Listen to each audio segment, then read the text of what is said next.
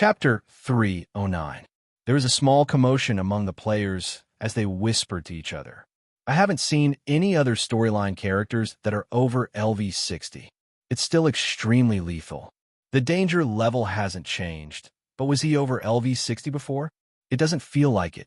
According to his story, Black Phantom was not strong at the beginning, but he suddenly grew and became the mastermind behind the scenes, destroying the German organization. This is the uniqueness of the storyline main character. Black Phantom's combat power is definitely boss level. I just don't know where his combat power ranks in Blue Star. The impression that Han Shao left on the players was that he was very strong, but his actual combat power had always been a mystery. When the players saw Han Zhao's battle videos as they grew, they would always be curious. Now that they were at max level, they could not see his specific attributes, and Han Shao was about to show his combat power against a professional player. The gap between him and the players could clearly be seen. Everyone's curiosity was drawn out like a glutton, and their hearts were itching. It shouldn't be hard to last 30 seconds. Most of the players, including the selection participants, had the same thought. Although Han Zhao's level was unknown, according to the previous battle videos and his identity as a version 0 character, they came to a conclusion. Han Shao was very strong, but not too strong. The gap between him and the players would definitely be much smaller than before. They were players, after all, and leveled up very quickly. The first player to be selected for the test was called Fallen Leaf, and he stepped forward. The surrounding players immediately dispersed and cleared out of space. Using force in the main city would normally lower the relationship between factions, but since Han Shao had chosen this place, it would definitely not be a problem. Pairs of eyes stared at the field, holding their breaths as they waited. It's starting, Han Shao reminded. Fallen Leaf immediately got into a battle stance and waited. For sonic spheres were shot out instantly, flying in a crisscrossing pattern, dazzling the eyes. The configuration was a double penetrator, a shock, and a probe. The probe amplified the area, the shock controlled Fallen Leaf, and the double penetrator released a sonic wave at the same time. An ear-piercing explosion sounded. Fallen Leaf's HP dropped by a lot in an instant, and he was stunned and rooted to the ground. Bang, bang, bang. Suddenly, 6 small booby-trap turrets appeared in the empty space around them. They opened fire, and the shells fell to the ground with a crackling sound. The firing speed was extremely fast, and a rain of bullets hit them. They flew backward against the fallen leaves and fell to the ground, where they were pressed down by the endless barrage of bullets. Fallen Leaf's body flickered with the light of energy. He used several skills, but the rain of bullets made it impossible for him to stand up. The sonic sphere was also attacking him from his side. All kinds of debuffs, such as stun, heavy injuries, and so on appeared on his screen. He couldn't move. His HP slid to the brink of death in the blink of an eye. His storm-like attacks suddenly stopped, as if they had never happened. The scene suddenly became so quiet that even the sound of a pin dropping could be heard. "You didn't pass the test," Han Shao said calmly. Fallen Leaf was stunned. Before he could regain his senses, everything was over. Everyone's jaws dropped in shock. Only 5 seconds had passed. A max-level pro player had actually been unable to fight back and had almost been insta-killed. He couldn't use any flashy moves. He was completely hung up and beaten. His combat power was completely suppressed. What shocked the players the most was that Han Shao had maintained the same posture from the beginning to the end. He had not moved at all. Is a mechanic class so strong? Are we really playing the same class? He hasn't moved at all. How can he control these weapons? His combat power is too out of the ordinary in version 0. Is it because Blue Star can't restrict him anymore, so he wants to go to the stars? Previous recordings show that Black Phantom still has many combat skills. He hasn't used his full strength yet. His damage is ridiculously high. If we were to fight this boss, I don't know if a 50-man team would be enough to kill him. The same question appeared in the players' minds for the second time, but their mentality was completely different. What is Black Phantom's level? Since the start of the open beta, the players had come into contact with Han Shao when they were still newbies. They thought that after leveling up so many times, the gap between them and Black Phantom would have narrowed. However, in the end, they realized that Mr. Han was still Mr. Han. Turning around and seeing the stunned expressions of the players, Han Xiao knew that he had achieved the effect he wanted. He had refreshed the players' impression of him so that they would not become arrogant and think that he could not wield a sword. Although the players were at the max level, their talents, attributes, and skills were too rare.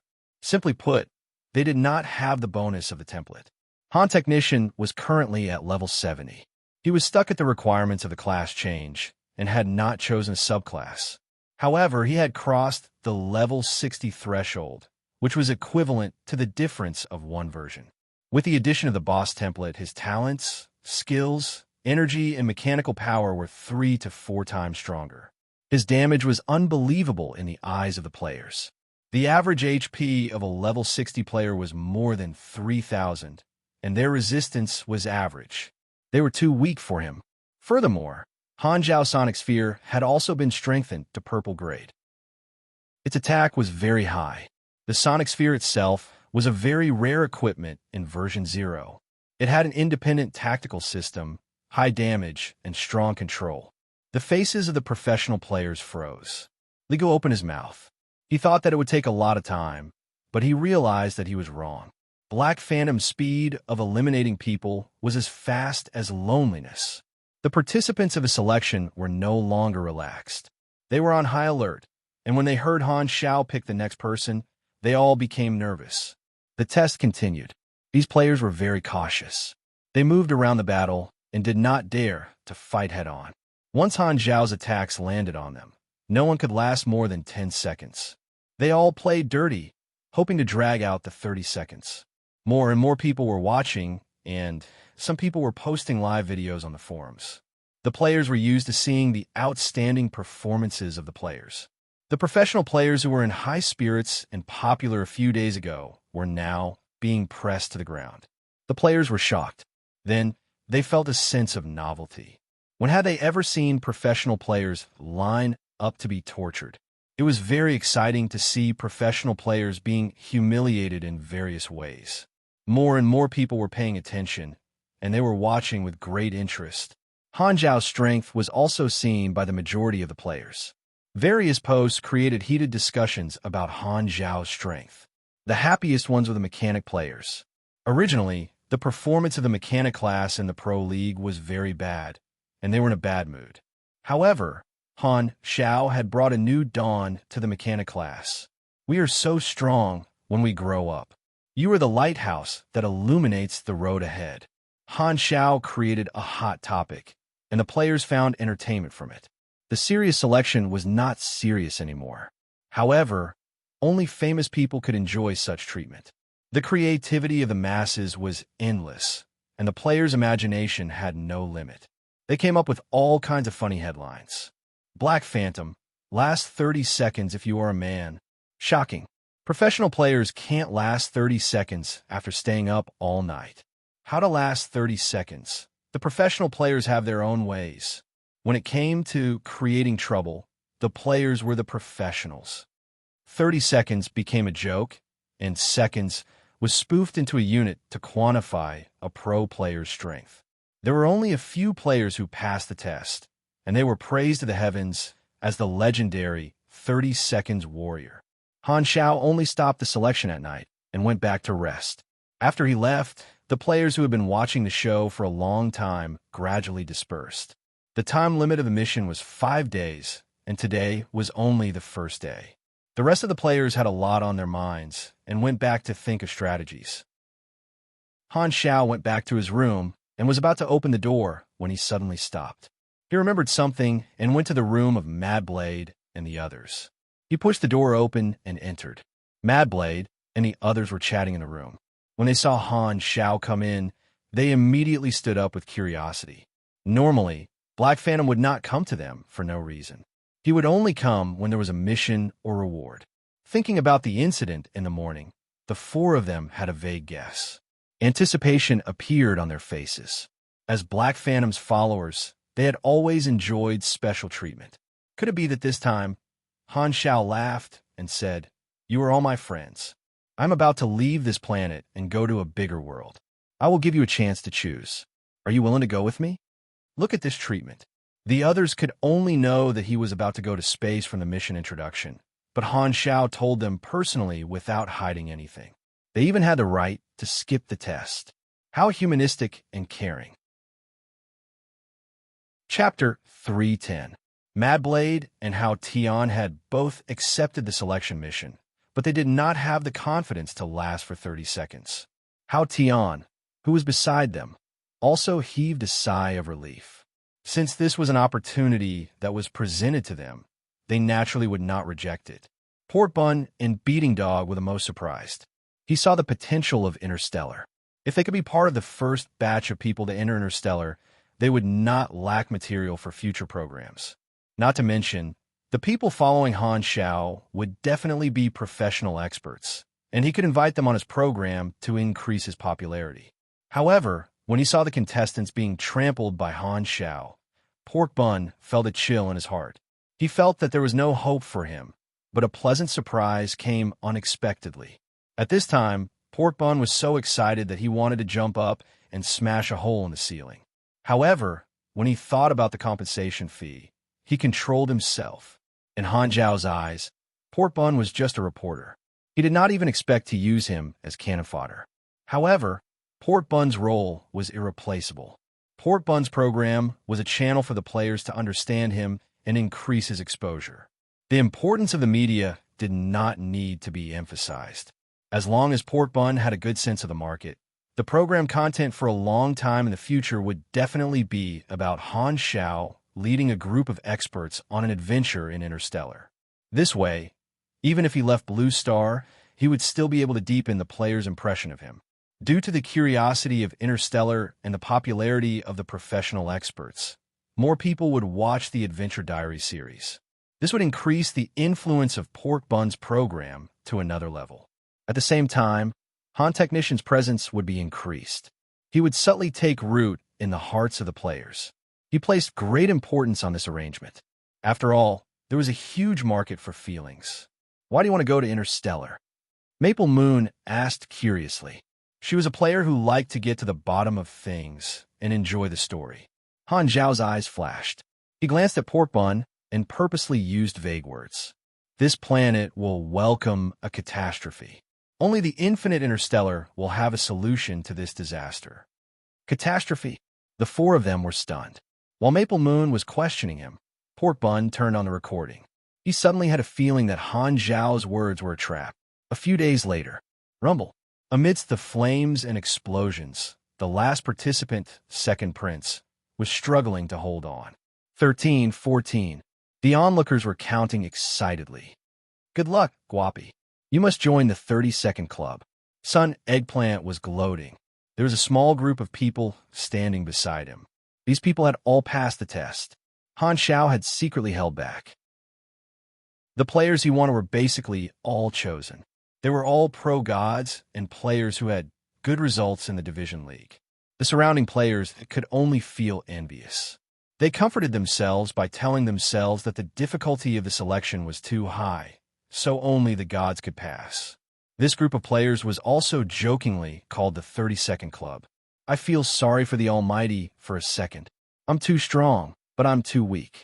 During the few days of the test, Han Xiao did not change his combat mode. He stood still and used sonic balls and a large number of cannons to suppress his opponents. This gave the participants confidence. They felt that this was like clearing a dungeon.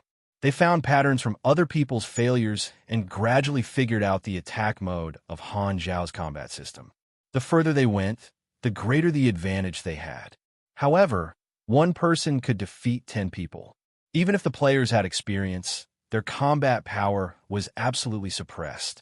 They could only last from a few seconds to a dozen seconds. Second Prince, this person is passable. Han Xiao quietly slowed down his attack rhythm. There's a flaw. Second Prince's eyes flashed. He had an idea. He rolled 18 times on the ground and rolled out of the attack range. The rain of bullets enveloped him. He did not have time to get up. He steeled his heart and rolled around the field like a rubber ball. He could not stop. 29, 30. He held on. He actually used a godly skill, repeated lazy donkey roll. The spectating players laughed. Second Prince got up with a face full of dust. Son Eggplant gave him a thumbs up and said, "I've opened my eyes. You created a combat style. You deserve to be called the ancestor of the rolling ground style." King Admiral thought about it. "It feels quite practical. Ligu, do you want to learn it too?" Ligu was expressionless. "Embarrassing. Get lost, all of you," Second Prince roared. This group of almighties was each other's opponent, but they were also old acquaintances. They gathered together and made fun of each other. Han Xiao had basically gotten all the members that he wanted. The 4 big clubs and the top 8 teams were all pulled in. The top 8 of the individual competition were basically brought in as well. After eliminating some random players, he counted the number of people. There were more than 50 people, and he just had to pay for the additional seats. Thanks to the Pro League, it was easy for Han Xiao to choose his targets. He packed all the top players in the Blue Star division and brought them in. To him, the players were not only cannon fodder, but also the middleman for the flow of resources. There were countless plots and missions in the galaxy. The players did missions to earn rewards, and Han Xiao used methods such as selling items and teaching skills to encourage the players to spend money here. Then, a portion of the rewards that the players earned would flow into his pocket. It was like raising a bunch of cheap employees to help him increase his profits. They were like a swarm of hard-working bees, collecting the resources of other NPCs for him. This was the right way to make use of the player's advantage. However, the galaxy was like a colorful world. In order to not let the players get lost and gather by his side, a little trick was needed. Han Technician had organized so many activities, and he had already made the impression that Han Xiao was one of them in the hearts of the Blue Star players. Plus, the attraction of the players to each other was attractive, so there would not be any problems in the short term. They would not choose to leave him just because they found a better opportunity. However, Han Xiao was used to planning ahead. Not only did he think about this problem, but he also came up with a solution. However, he had to wait until he officially entered the galaxy and encountered an opportunity before he could implement it. This idea was not a sudden idea, but a key part of the overall plan. The principle behind it was a little dirty. All of them are gods. This lineup is too luxurious. Why does it seem like there are fewer people? Some observant fans suddenly realized that how Tion and Madblade did not come to participate in the test. All the players are here. How could they let go of this opportunity? Plus, Long Sky's people are also participating. The professional gods also realized this. Liga frowned. Where did those 2 go? Where's Hao Tion? Sleepy Winter was helpless. I asked how Tion and Madblade originally had the qualifications to follow. Everyone was stunned for a moment before they suddenly realized. Right? Didn't Hao Tion and Madblade trigger Black Phantom's hidden storyline? Why did they have this kind of benefit? This group of pro players suddenly felt that it was unfair. Oh, they were being abused here, while those 2 guys were being treated with a backdoor. They were sitting on the fishing boat with their legs crossed, watching the others struggle. That's not fair. This group of gods was so angry that they were envious. They also wanted this kind of treatment. The last position, mission type. Challenge type prize pool mission. The players stopped and looked at each other. What a sudden prize pool mission. Where did it come from? Black Phantom didn't say anything. Did he release this mission? Challenge type prize pool. What does that mean? To accept the mission, you need to invest 1,000 EXP. Give it a try. Many people were curious and accepted the mission immediately. They were shocked to find that the name of the mission was grayed out. Mission introduction. One day in the future, a calamity will sweep across Blue Star. Sanctuary 3 will be the last safe position. Protect the weak light in the darkness. Only then will there be hope to survive the calamity. Requirements. Protect Sanctuary 3. The damage and damage rate cannot be higher than 50%. Mission current status. Frozen start time. Unknown. Chapter 3:11. Han Xiao could give out all kinds of missions. Challenge missions were usually more difficult and were usually used for large-scale missions. Every player's action would affect the final result of the mission. All the players were making a small contribution to the mission, so they needed to work together and help each other in order to complete the mission. He had seen challenge missions that could affect the version change before. Millions of players were fighting for the same goal, and every player's action would produce single-digit contribution points. The mission required tens of millions of contribution points to complete, and once it was successful, there would be a critical turning point in the storyline. The Last Stand was a means by which Han Xiao wanted the Blue Star players to continue paying attention to Sanctuary 3 after he left. He hinted in the mission introduction that there would be a catastrophe in the future, but he did not say it clearly. However, the meaning revealed was enough to make the players' imagination run wild and make them speculate about the future storyline. Han Xiao did not say anything himself. He wanted the players to think that the news was revealed through the mission and was authoritative. The little trick when he gave out the test mission was to warm up the audience. Freezing the mission was a special way to make the mission temporarily not start. When the catastrophe was confirmed, Han Xiao would activate the mission remotely. This was like bait, constantly whetting the players' curiosity and revealing clues about the future, making them want to know the truth. The prerequisite for giving out missions was that the two parties were not too far away from each other. This was a hidden condition that Han Xiao had tested many times. After leaving the planet, it was impossible for him to continue giving out missions to the Blue Star players, but it was not a problem for him to remotely give out missions. I still have a few days left in the sanctuary, enough for me to go around the entire sanctuary and let these hundreds of thousands of players accept the mission, Han Xiao thought to himself. This way, he could ensure that these hundreds of thousands of players would remember Sanctuary 3 and solidify their image as a main city. At the start of version 0, these players could protect the sanctuary and survive the most dangerous period. The past few days have been filled with one wave after another for the players. Originally, the Germinal Organization storyline had been over for a long time, and Han Xiao had been very low-key. The players started to believe the judgment of Galaxy Times, thinking that this main character of the storyline had lost his role and had become a purely functional NPC. However, Black Phantom had been quiet for more than half a year, and recently, he had become active again, and his actions were very shocking. He actually wanted to select players to go to the galaxy with him. That was not all. Black Phantom had also left a prize pool mission that had not been activated yet. The brief description of the mission seemed to have revealed that there would be a huge catastrophe that would sweep across Blue Star in the future. This outdated NPC had returned to the heart of the storm and caused a new wave of commotion. Many of the old players felt a sense of familiarity from the bottom of their hearts. They remembered that Black Phantom had been leading the trend since the start of the open beta. When this scene appeared again, it actually felt a sense of familiarity. On the forums, countless players were discussing the catastrophe that Blue Star was about to face. Alien invasion? The Six Nations started another war and completely destroyed the planet's environment? Or a natural disaster? I think this could be a new round of the main storyline.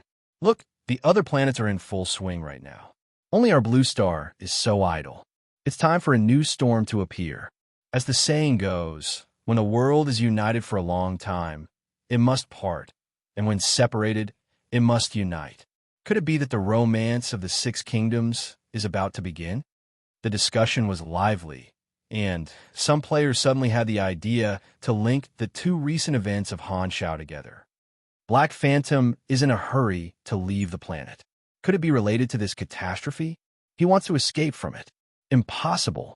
I remember there was an episode of Vegetable Bag Hits Himself where Black Phantom gave a motivational speech saying that he wanted to protect life.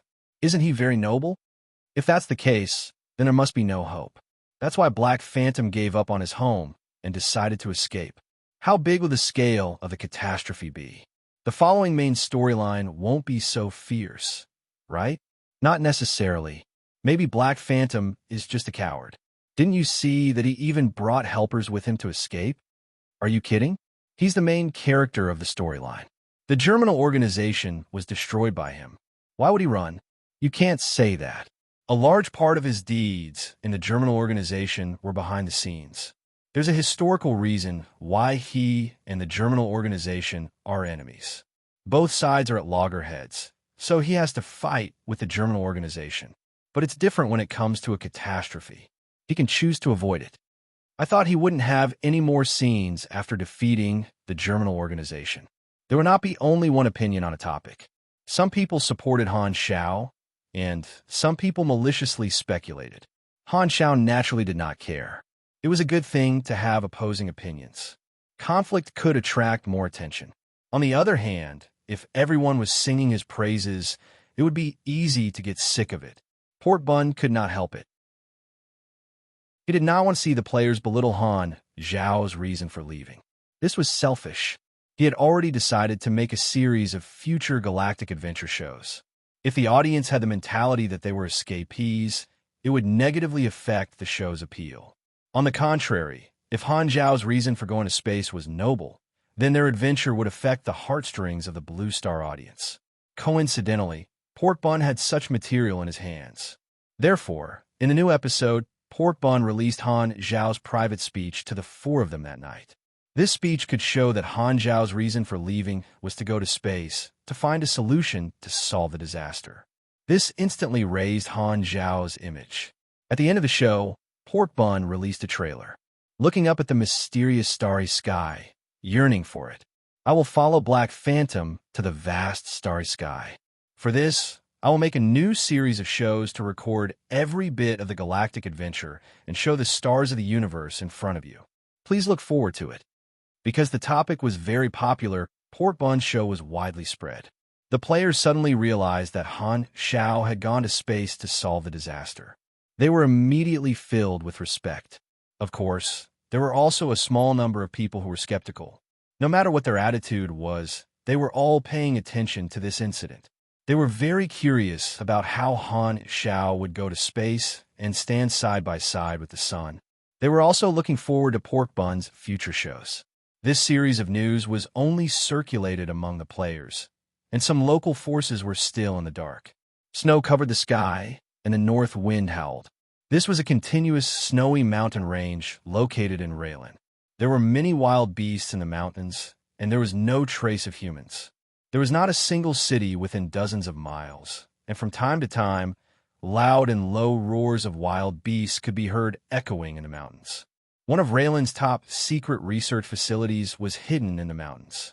Inside the research facility, Kurlad's spaceship was suspended in the air.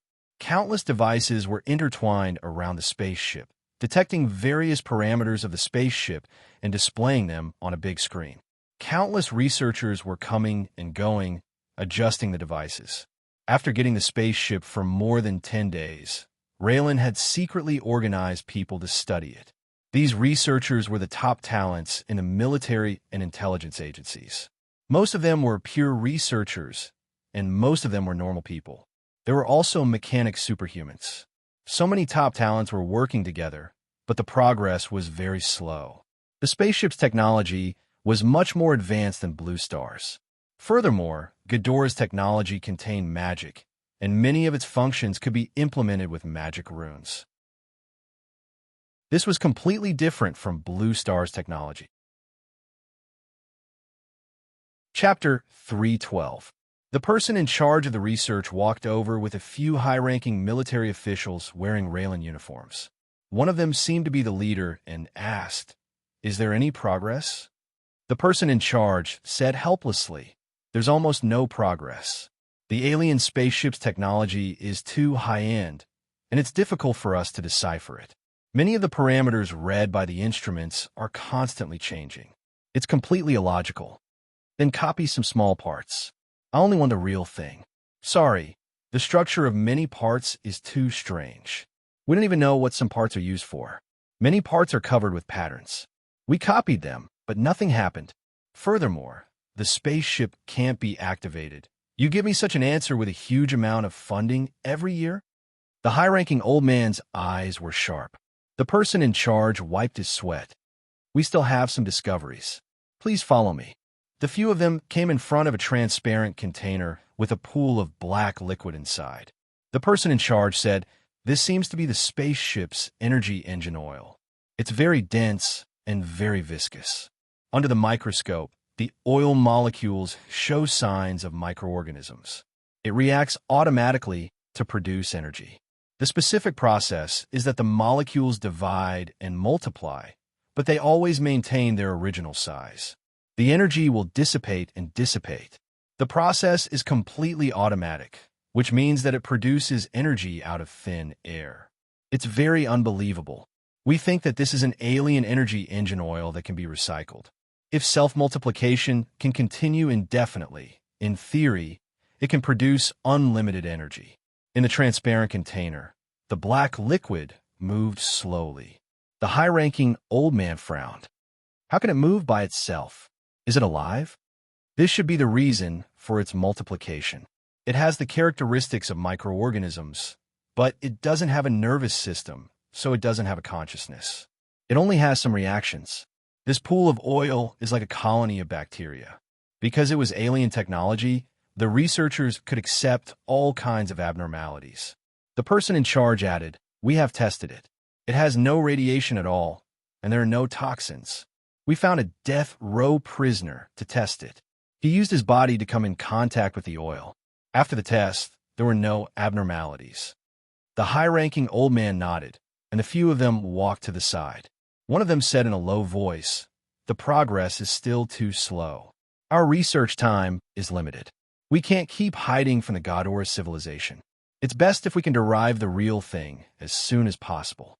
But this is a technical bottleneck. It's not that easy to break through." The person in charge hesitated.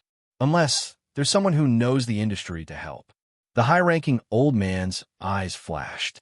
They looked at each other and thought of the same person. "That missing Godora man, he definitely knows about these technologies. If we can find him, not only will we be able to answer to the Godora civilization, but we can also use the excuse of helping him repair his spaceship. This way, we will be able to obtain a portion of his technology." The elder looked at the higher-ups of the intelligence agency and asked, "How's the negotiation with the dark net going? When will Han Xiao hand him over?" The intelligence officer said coldly, "He hasn't responded. The dark net has been evading him. He's courting death." The elder snorted angrily. "This concerns the future of the entire planet. He has crossed the line. A non-governmental organization actually dares to cover up for him? You're courting death. Should we send someone to take action?" "Humph. The southern continent is the territory of Stardragon and Hesla. He thinks that we don't want to leak the information. He underestimated us." The elder said in a low voice, "The higher-ups have said that the missing investigator must be brought back. For this, they will not hesitate to contact the other countries to pressure the darknet." Originally, Raylan had planned to use violence. However, after considering the safety of the Godora investigator and Han Zhao's personal combat power, this method was not feasible. The only way was for the darknet to hand over the investigator voluntarily. Therefore, they had to rope in the other countries to pressure the darknet. Although Raylan did not want the other countries to know that they had spaceships, compared to the overall situation of the planet, this concern was nothing. Of course, the condition for cooperation was that the other countries would also participate in the spaceship research. After all, they had not made any progress. Perhaps they would be able to maximize the benefits by working together. However, the prerequisite was that they had to promise to share the research results with each other. This was also an alternative compromise to Han Zhao's personal combat power. Therefore, Raylan's resentment toward him was understandable. Originally, Raylan was happy and could have shipped the person and the spaceship back to their country. However, who knew that old Han would interfere and take away their love? Raylan felt like a forest had grown over his head. The green color was exactly the same as his mood. The higher-ups have already contacted the leaders of the other countries. If the darknet does not value Raylan, then let's see if they can withstand the pressure from the Six Nations. And Han Xiao, he thinks that he is the strongest person on the planet and that no one can do anything to him. He thinks that he can do whatever he wants with his past contributions. I hope this lesson will make him understand that there are some benefits that he is not qualified to covet." The elder sneered. The players in the sanctuary had accepted the prize pool mission, The Last Stand, which was suspected to be a future main storyline. Many players had come because of its fame. The prize pool had accumulated to an astronomical figure, which satisfied the number of people Han Xiao needed. As more and more people discussed this matter, Han Zhao's mysterious aura became thicker. Counting the days, the arrival of the tour group was approaching. Beep, beep. The interstellar communicator rang. It was a new message from the Shorthorn tour group. They would arrive at Blue Star's orbit the next day. They reminded the passengers to prepare their luggage, and the boarding location would be determined by the communicator. Han Xiao could choose anywhere he wanted. It's finally here. Han Xiao suddenly stood up. A wave of excitement hit his heart. The memories of his previous life in the galaxy were like boiling water, bubbling up one after another. The vast universe, the many civilizations, the powerful main characters, the countless races, the battleships shuttling through the galaxy, the turmoil and danger time after time. The memories came alive again. The galaxy was the future. Entering it early was to lay the foundation for the future. Only in the galaxy could one achieve higher growth. The stage for future version events would also be the galaxy. Han Xiao calmed himself down and thought to himself, the preparations are complete. Dozens of teammates have been selected, and the equipment and resources have been packed. I won't have to worry about lacking experience for a long time. All the miscellaneous matters have been settled. His accumulation in Blue Star was the foundation for his development in the galaxy. Dawn broke. The roaring sound of the engine broke the silence in the sanctuary. A fleet of heavy trucks roared past the main road and headed toward the gate. The players and passers-by on the street all looked over. The logo on the vehicles represented that they were the troops directly under the authority of the sanctuary. The only one who could be mobilized was the person in charge, Han Xiao. The players realized something and followed behind the fleet. Chapter 3:13. When the fleet stopped, there was already a sea of players watching from afar. They watched as the fleet unloaded boxes of supplies on the empty ground, piling them up like a small mountain. A group of chosen pro players waited on the side in twos and threes. Han Xiao, who attracted the most attention, was standing alone on the side, looking up at the sky as if he was waiting for something. Many players turned on the video function excitedly. So he's leaving today. Everyone was curious about how Han Xiao was going to leave Blue Star. The players have been waiting for this for a long time. They all looked up at the sky with curiosity. It was dawn. The sun was slowly rising from the horizon. The sky was getting brighter and brighter, and the darkness was gradually dispelled. At this time, a black shadow the size of an ant suddenly appeared in the sky above the crowd. Only when they focused their eyes could they see that it was the outline of a spaceship that was slowly descending. Look, a spaceship! At first, the crowd was still discussing in amazement. However, as the shadow of the spaceship grew larger and larger in everyone's sight, the voices of discussion gradually died down. The noisy scene suddenly became dead silent. Tens of thousands of people opened their mouths wide. They were all speechless by the scene in front of them. When the spaceship was still high in the sky, its outline was only the size of a green bean. When it was a few hundred meters above the crowd, they realized that this spaceship was terrifyingly huge. Its mountain-sized shadow covered the sky, silently above everyone's head, covering the sun and the sky. Oh my God, how big is this spaceship? Looking up from the ground, their vision was completely blocked by the spaceship. It was pitch black, and they could not see the end of it. Only the outline of the spaceship could be seen. The moment Shorthorn Star landed, a poem appeared in everyone's mind. Dark clouds loomed over the city, threatening to destroy it.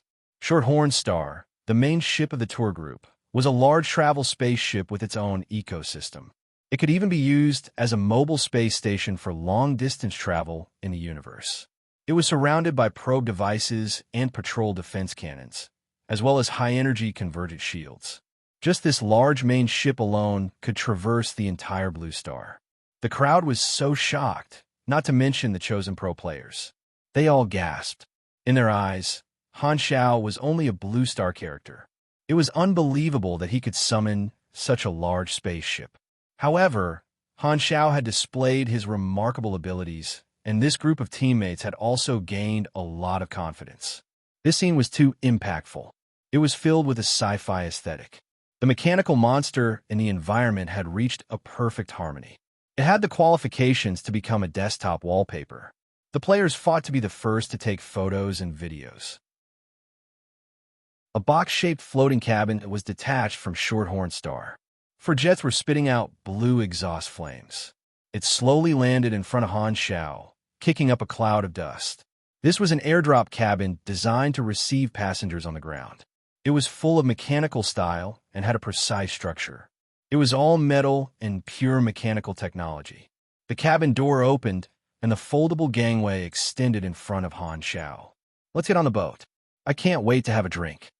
Kurlad couldn't wait to get on the boat, completely forgetting that he was no longer in charge of his savings. Han Xiao asked the players to be the coolies. They carried all the resource boxes up and then stepped into the airdrop pod. The pod door closed automatically, and the airdrop pod took off vertically, embedding itself in Shorthorn Star. Then, Shorthorn Star rose rapidly. Such a huge spaceship was flying silently, and there was no tail flame. It gave everyone a strong feeling of contrast. When the spaceship docked at the planet, it turned off its engine and only turned on its anti-gravity core to save fuel. Through the window, Han Xiao looked at the crowd that was slowly turning into ants and sighed in relief. "I've finally taken this step after being in Blue Star for so long." The sky was high and the sea was wide. On the flat ground, countless players watched the spaceship disappear into the sky. The sun shone down again. Inside Sanctuary 3, Hela stood behind her sister. She put her hands on Aurora's shoulders.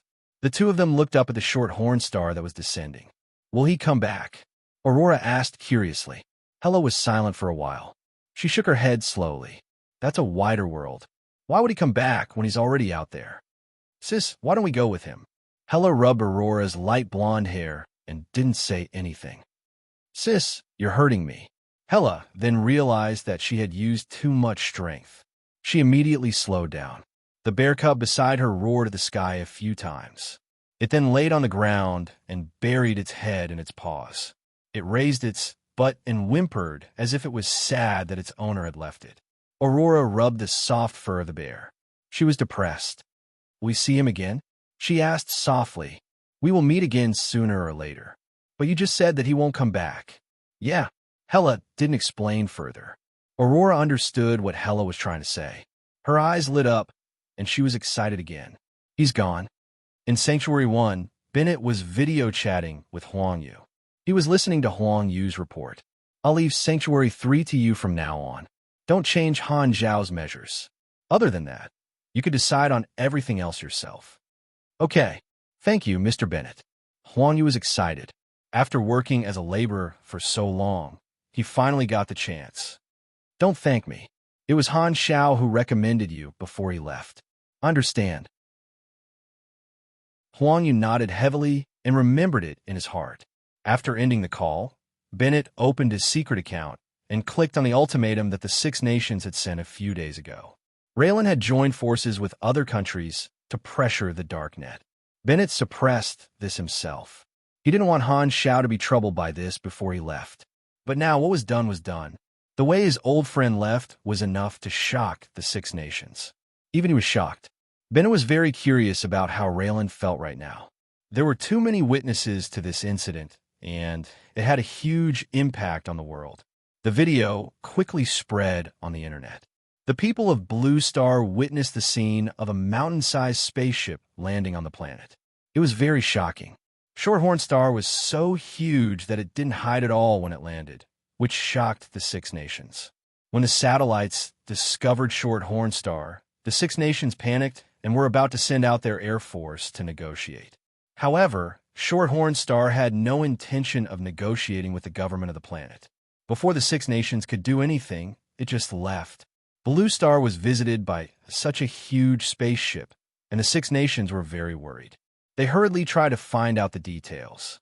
When they found out the truth, that Shorthorn Star had only landed to pick up Han Xiao, the Six Nations' confusion instantly turned into shock. A mysterious giant spaceship that was countless years ahead of the Blue Star civilization level was actually here for Black Phantom? How'd he do it? What other secrets was he hiding? Even if they knew that Black Phantom was very powerful, this was too shocking. It was beyond everyone's imagination. Chapter 314. As soon as Han Shao left, Raylan could not do anything. Even they could not enter the galaxy, but Han Shao did it so easily. The galaxy had always been hidden by a veil for the Six Nations. The communicator they got from Ghidorah was a watered-down version. It was restricted to only communicating with Ghidorah and could not use other functions. This was the suppression of the civilization level. The Six Nations could only compromise. Therefore, they did not know about the function of the Galactic Travel Agency and did not understand how Han Shao did it. They even thought that there might be an unknown galactic organization behind Han Shao.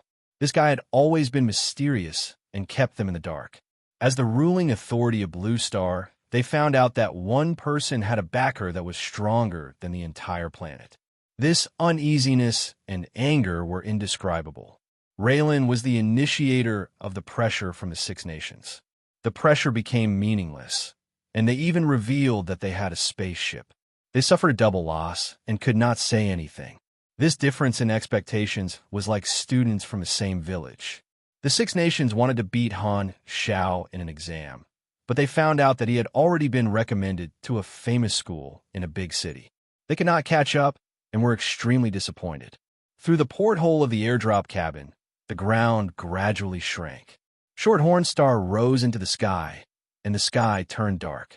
Shorthorn Star's anti-gravity engine operated silently and entered the dark outer space. At this time, the airdrop cabin shook. The huge spaceship was breaking through the atmosphere and entering the universe. The Blue Star's full appearance slowly appeared. The deep blue ocean and the land that was dotted with greenery could be seen from a bird's-eye view. Han Shao saw that the entire Andrea continent was char-black. The war and nuclear explosion had caused the most damage to this continent. His experience on planet Aquamarine flashed through his mind. He had started from scratch, completed the primitive accumulation of capital, and rose on this planet. Now, he had finally stepped onto a higher stage. Although he did not care about some of his friends on this planet, he did not leave without nostalgia. Although it was cool to not drag things out, the feeling of leaving a city without any worries was not as good as leaving behind some ties. Bennett, Hella, and Aurora. Although they were not very close, they were all people with great potential. Purely from the perspective of benefits, Han Shao also hoped that Hella and her sister would have grown up the next time they met and could provide him with help. Looking at the planet that was gradually disappearing, he thought, "Wait for me to come back." Then, Han Shao decisively looked away. He no longer looked at the planet and turned to look at the tunnel that led inside the spaceship. Chi. The metal door that connected the box airdrop cabin to the spaceship split into 4 diamond-shaped pieces from the middle and then retracted into the wall. The tunnel opened, and there was a square metal corridor in front of them. The indicator light next to the door turned from red to green, indicating that the passengers should board the ship through the tunnel. Kurlod urged, "Hurry up, I'm going to have a drink." "What's the rush? I have all your money." Han Shao waved his hand. Dozens of players stopped and looked at him curiously. They then carried the supply boxes and walked forward. Halfway through the tunnel, there was a mechanical arch with a screen next to it. This was a device used to detect the passenger's physical condition and body structure. It was convenient to identify the passenger's race and provide appropriate arrangements. Everyone walked past it one by one. The screen showed that everything was normal. Then, a transparent container rose from the floor. It was filled with simple translation devices that were free for the passengers to use. Han Shao asked everyone to put them on. Then, a synthetic female voice came out from the screen. "Welcome to the Shorthorn Star Travel Service. Your passenger number is SG-1853. You have reserved 50 seats. There are more than enough people. Please pay the fee with a few more people." Han Shao followed the instructions. He still had more than 700 anas in his account. Then, the voice said, "Amount confirmed. Class, normal class. Personal luggage storage function activated. Please store your luggage and continue forward. Then, a hole appeared in the wall. Inside was a running caterpillar that transported the luggage to the warehouse. After placing the supply boxes inside, everyone moved forward again. Finally, they reached the end of the tunnel. It was a large elevator. After everyone entered, the elevator started to move. It moved up and down and moved parallel to each other. Of course, the interstellar travel ship did not force the passengers to sit in their seats to complete the journey. Instead, it was more like a cruise ship. There were many entertainment and resting spaces on the spaceship. Different cabins had different resting spaces, and they were divided according to the environment that the species adapted to. For example, species that were adapted to oxygen and low gravity would be in the same hall, just like Han Xiao. Species that lived in special environments also had their own places. For example, there were aquatic creatures, anaerobic creatures, and light-sensitive creatures. There were many situations. The elevator suddenly stopped. The door opened, and a bustling scene greeted them. In front of them was a huge space. This was the hall of the normal class. It was very spacious, and there were all kinds of entertainment facilities. It was like a combination of a bar, a banquet hall, and a party venue. There were bars, resting areas, and private rooms. On one side of the hall was a huge window, and one could directly see the bright universe outside. The stars were like a long river. All kinds of species came and went. A creature that looked like a birdman with feathers was chatting with a lion in clothes. Beside them, there was a bearded dwarf and a creature with a beast head with long fangs drinking. The smells and sounds of different creatures mixed together to create a strange feeling. The players had an inexplicable feeling of uneasiness. This was the first time they had come into contact with another race. What race is that? His head is like a wooden club. Second Prince was amazed. Yours is quite similar to. Son Eggplant laughed. Don't always bully him. You are violating my rights, King Admiral said lazily. The veins on Second Prince's forehead bulged as he gave the two of them the middle finger. Rainy Kim stared at the window, admiring the starry sky like a silent beauty. Twinkle Fried Rice slowly moved to her side. He hesitated and wanted to talk to her, but his shoulder was pulled back by Hao Tian. Hao Tian dragged Sleepy Winter and Twinkle Fried Rice and said seriously, "We will act according to the situation later. Let's see if we can trigger some missions." Fried Rice, why do you look so bitter? The players were shocked, and they whispered among themselves. Han Xiao, however, was not surprised. The universe was bizarre and variegated. He had seen too many races and was very experienced. Soon, a humanoid female steward in uniform walked forward. Her skin was light red, and she had a polite smile on her face. The female stewardess quickly scanned the crowd and walked in front of Kurlad. She smiled warmly and said, "Respected Godarin, your room is ready." In the Colton Star cluster, Godora was a well-known race. They had a high status, and travel groups were like public transport spaceships. It was a cheaper way to travel, so it was rare to see a Godora. The steward treated Kurlad as the leader at first glance. As for Han Xiao and the others, she ignored them. Kurlad was a little surprised. He glanced at Han Xiao and nodded. "Okay, got it." The flight attendant gave Kurlad the room number and permission, then winked at him before leaving. She was obviously trying to seduce him. Godarins were very popular, so this female flight attendant of the Onway race did not mind doing something with Kurlad. Some races could be mixed, and some had reproductive isolation. The races in the universe were very open. Kurlad was a pure-blooded, so he was not interested in females of other races. He turned around and gave the thing to Han Xiao. Han Xiao put it away casually. He was happy that Godora was the leader and shield. Kurlad said, "We are on the ship. The deal is done. When can I contact the headquarters?" "Don't worry. The final stop is You Barely Hub. You can go home by yourself. I won't stop you." "That's great." Kurlad rubbed his hands and said awkwardly, "I want to go for a drink. That's all. Don't drink too much." Han Xiao transferred 10 annas to him and sighed to himself. extorting the other party's savings and giving them pocket money. There were not many good people like him in this world. After getting the money, Kurlad ran to the bar happily. He was a hedonist, so he spent most of his money on drinks and energy drinks. Han Xiao brought everyone to the room. The players looked around curiously, and Bun Hit Dog recorded excitedly. From time to time, other races would look over, but they would look away. The universe human race was very common in the galaxy, and there were quite a number of such races in this economy class hall. When they reached the door, Han Xiao thought for a while, turned around, and said, "You guys can do whatever you want. Ask around for information about the passengers." The players could not hold back their curiosity, so they quickly scattered. The players were his eyes and ears, so he did not need to ask around himself. Furthermore, the players might be able to accept missions from the passengers and earn anus. He could use some methods to exchange for items, so it was like the players were earning money for him.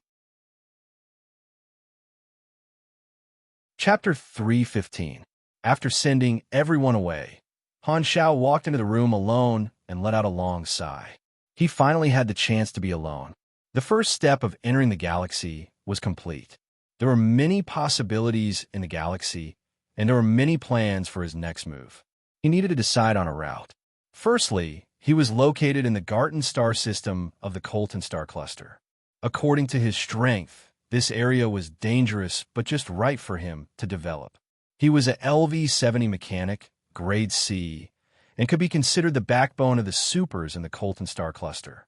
It could be seen that the universe was divided into many star fields, and the Colton star cluster belonged to the Shattered Star Ring star field. The Shattered Star Ring was located at the edge of the visible universe and was considered a remote place. Its name came from the structure of the star map.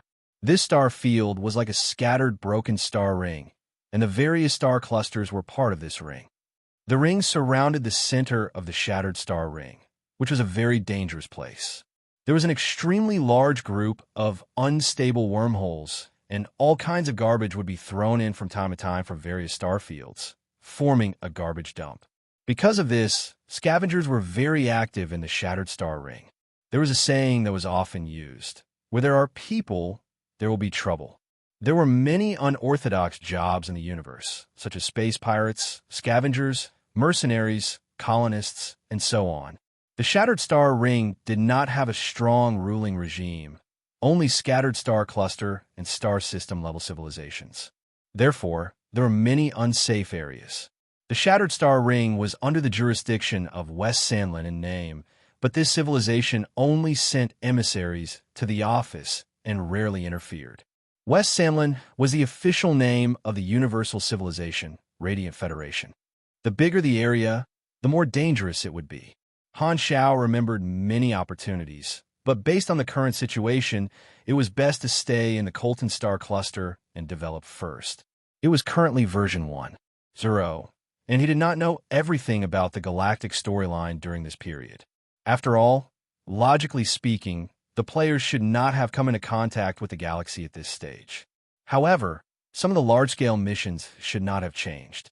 The first step is to obtain information. U-Bailey Hub is a place where many organizations have offices. I can try to rely on one of them and obtain the initial information. Han Xiao thought to himself, as long as he got the information, he would be able to deduce some large-scale storyline quests that were suitable for him. His core goal was naturally to grow. He was not limited by the version and was always ahead of the players. He had to maintain this advantage. Danger was everywhere, and if he did not advance, he would fall behind. But now, Han Zhao's main class was stuck at the class advancement quest. He needed to find a subclass to level up to level 80 and obtain enough attribute points to break through the 400-point threshold. He was not a casual person. Leveling up required more and more EXP, so he had to find a valuable and rare subclass. That was why he chose to change his class. After the harvest from the Pro League, Han Zhao's EXP on his interface had reached 2,700,000,000. This would be his foundation for a very long time, so he didn't have to worry about running out of EXP in the short term. The accumulated resources and equipment were worth a few thousand to tens of thousands of anus. The exact value would depend on the needs of the trading party and the fluctuating value of the machinery. It was impossible to estimate before the trade. The other requirement for the class advancement was 5 mechanic class advancement knowledges. In the universe, there were many ways to obtain super knowledge. The higher level knowledge was also restricted, but the advancement knowledges were not difficult to obtain. Some financial groups and organizations were selling advancement knowledges, and one could buy them as long as one had the money. Earning money could solve this problem. As long as one had enough money, one could buy all the advancement knowledges. With money, one could really do whatever one wanted. In terms of earning money, Han Xiao was not bragging. He was not afraid at all. The players are equivalent to labor, and I can obtain anas indirectly through them. Furthermore, they are also my helpers. If I were to become mercenaries, they would do missions while I collect money from behind. But if I want to earn a lot of money, it's best to sell rare items, such as mining some rare minerals, or do some missions that have existed for a long time. The existence of the players was his advantage. If he used them well, he could get twice the result with half the effort. This was also the reason why he chose to bring the players along. Growth and leveling up were his core goals. Han Xiao had another goal, which was to get ahead of the storyline and try to solve the mutation disaster of Blue Star in version 2.0. Speaking of the mutation disaster, one had to mention the evil faction of the Colton Star Cluster, Dark Star. In version 2.0, many planets in the Shattered Star Ring were affected by the mutation disaster, and this organization was the cause. The novice planets in the other star fields experienced different storylines. Dark Star was a reactionary organization that originated from the Ghidorah civilization, and Han Xiao was very clear about the history of Dark Star. A large part of the origin of Dark Star came from the discrimination of Ghidorah's pure-blooded members. Most of the members of Dark Star were mixed-blood Ghidorahs, and due to the discrimination of their bloodlines, they developed extreme thoughts and constantly wanted to overthrow the Ghidorah regime. They believed that Ghidorah was a rotten system, and they were the new Ghidorah of the new era. Every civilization had their own ideology and traditions. Being advanced or backward was just based on different perspectives, and there was no absoluteness. Perhaps being tolerant was truly being advanced. Civilizations had their own specialties. Respecting the traditions of other civilizations and species, tolerating each other during negotiations, but not completely accepting each other. This was the norm for civilizations in the universe. Of course, during the early stages of space exploration, there was no lack of civilizations with different ideologies, characteristics, and habits that could not be reconciled. For example, there was basically no possibility of communication between humans and species that ate humans. However, these extreme civilizations were either dead or injured, and as the super civilizations spread order, these species had no choice but to accept each other's existence. Ghidorah originated from magic, and before they came into contact with the universe, the Ghidorah were all pure blood. Only after they started to mate with other intelligent species were mixed-blood Ghidorah born. Thus, the pure blood theory started to spread, and traditions were valued.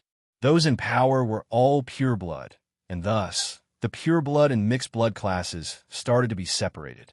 As Ghidorah grew, more and more mixed bloods were born, and the bloodline talent of the Ghidorah was gradually diluted. Thus, more and more pure bloods were valued, and the extreme pure bloods did not even consider the mixed bloods as the same race. The conflict became more and more intense, and in the end, Dark Star was born, going against Ghidorah in every aspect.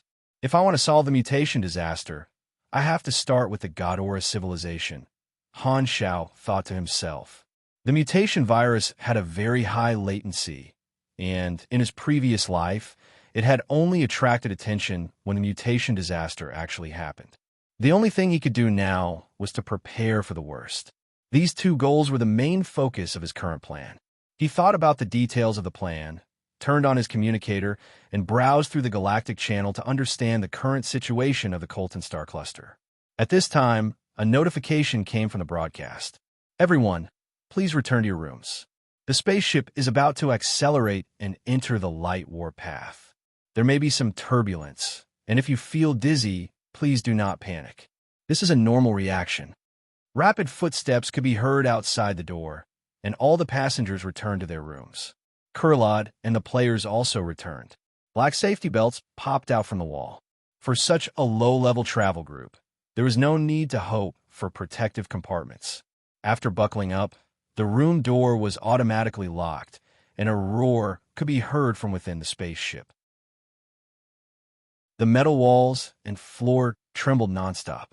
Immediately after, a pushing force pressed down on everyone and pressed them to their seats. This was the reaction force that had been weakened many times by various devices. Shorthorn Star spewed out a blazing tail flame, and its speed kept increasing.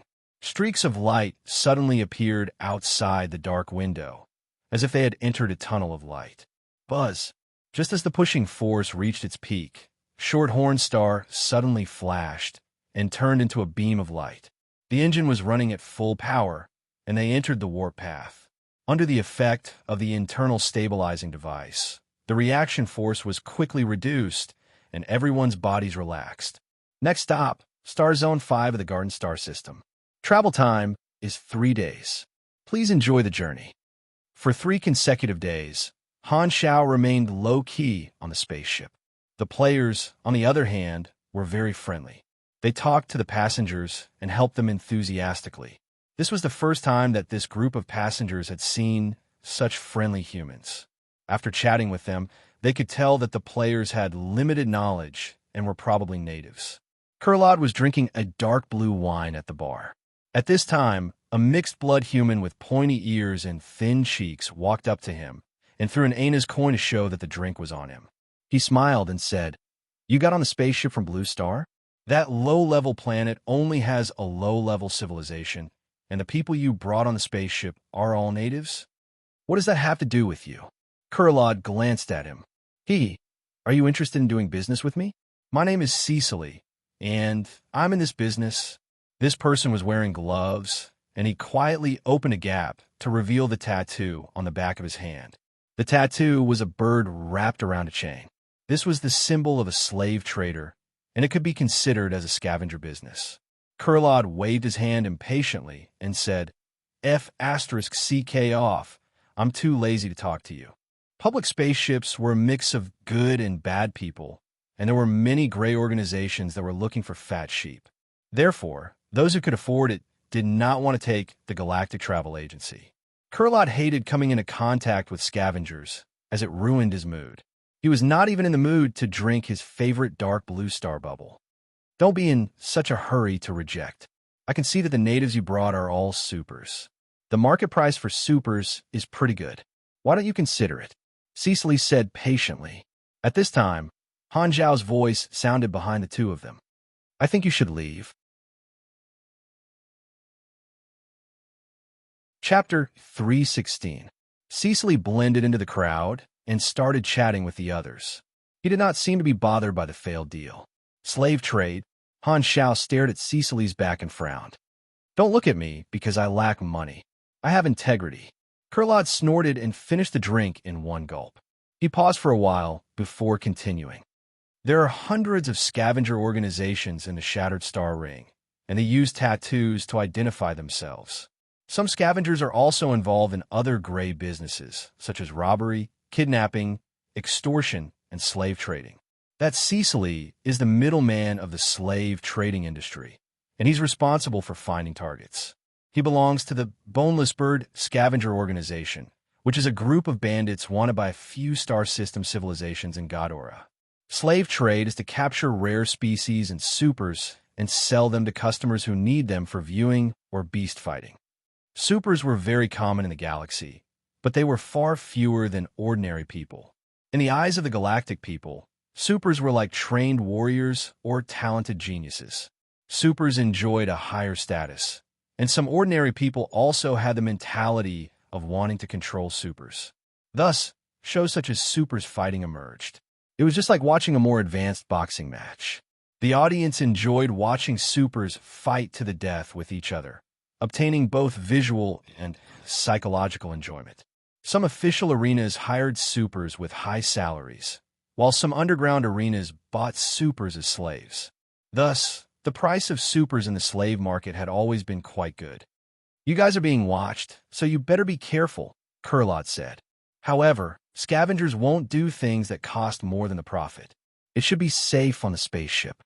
I rejected him, so he won't pester me. I don't think he's interested in us natives. Han Xiao pondered. The spaceship suddenly shook and exited hyperdrive.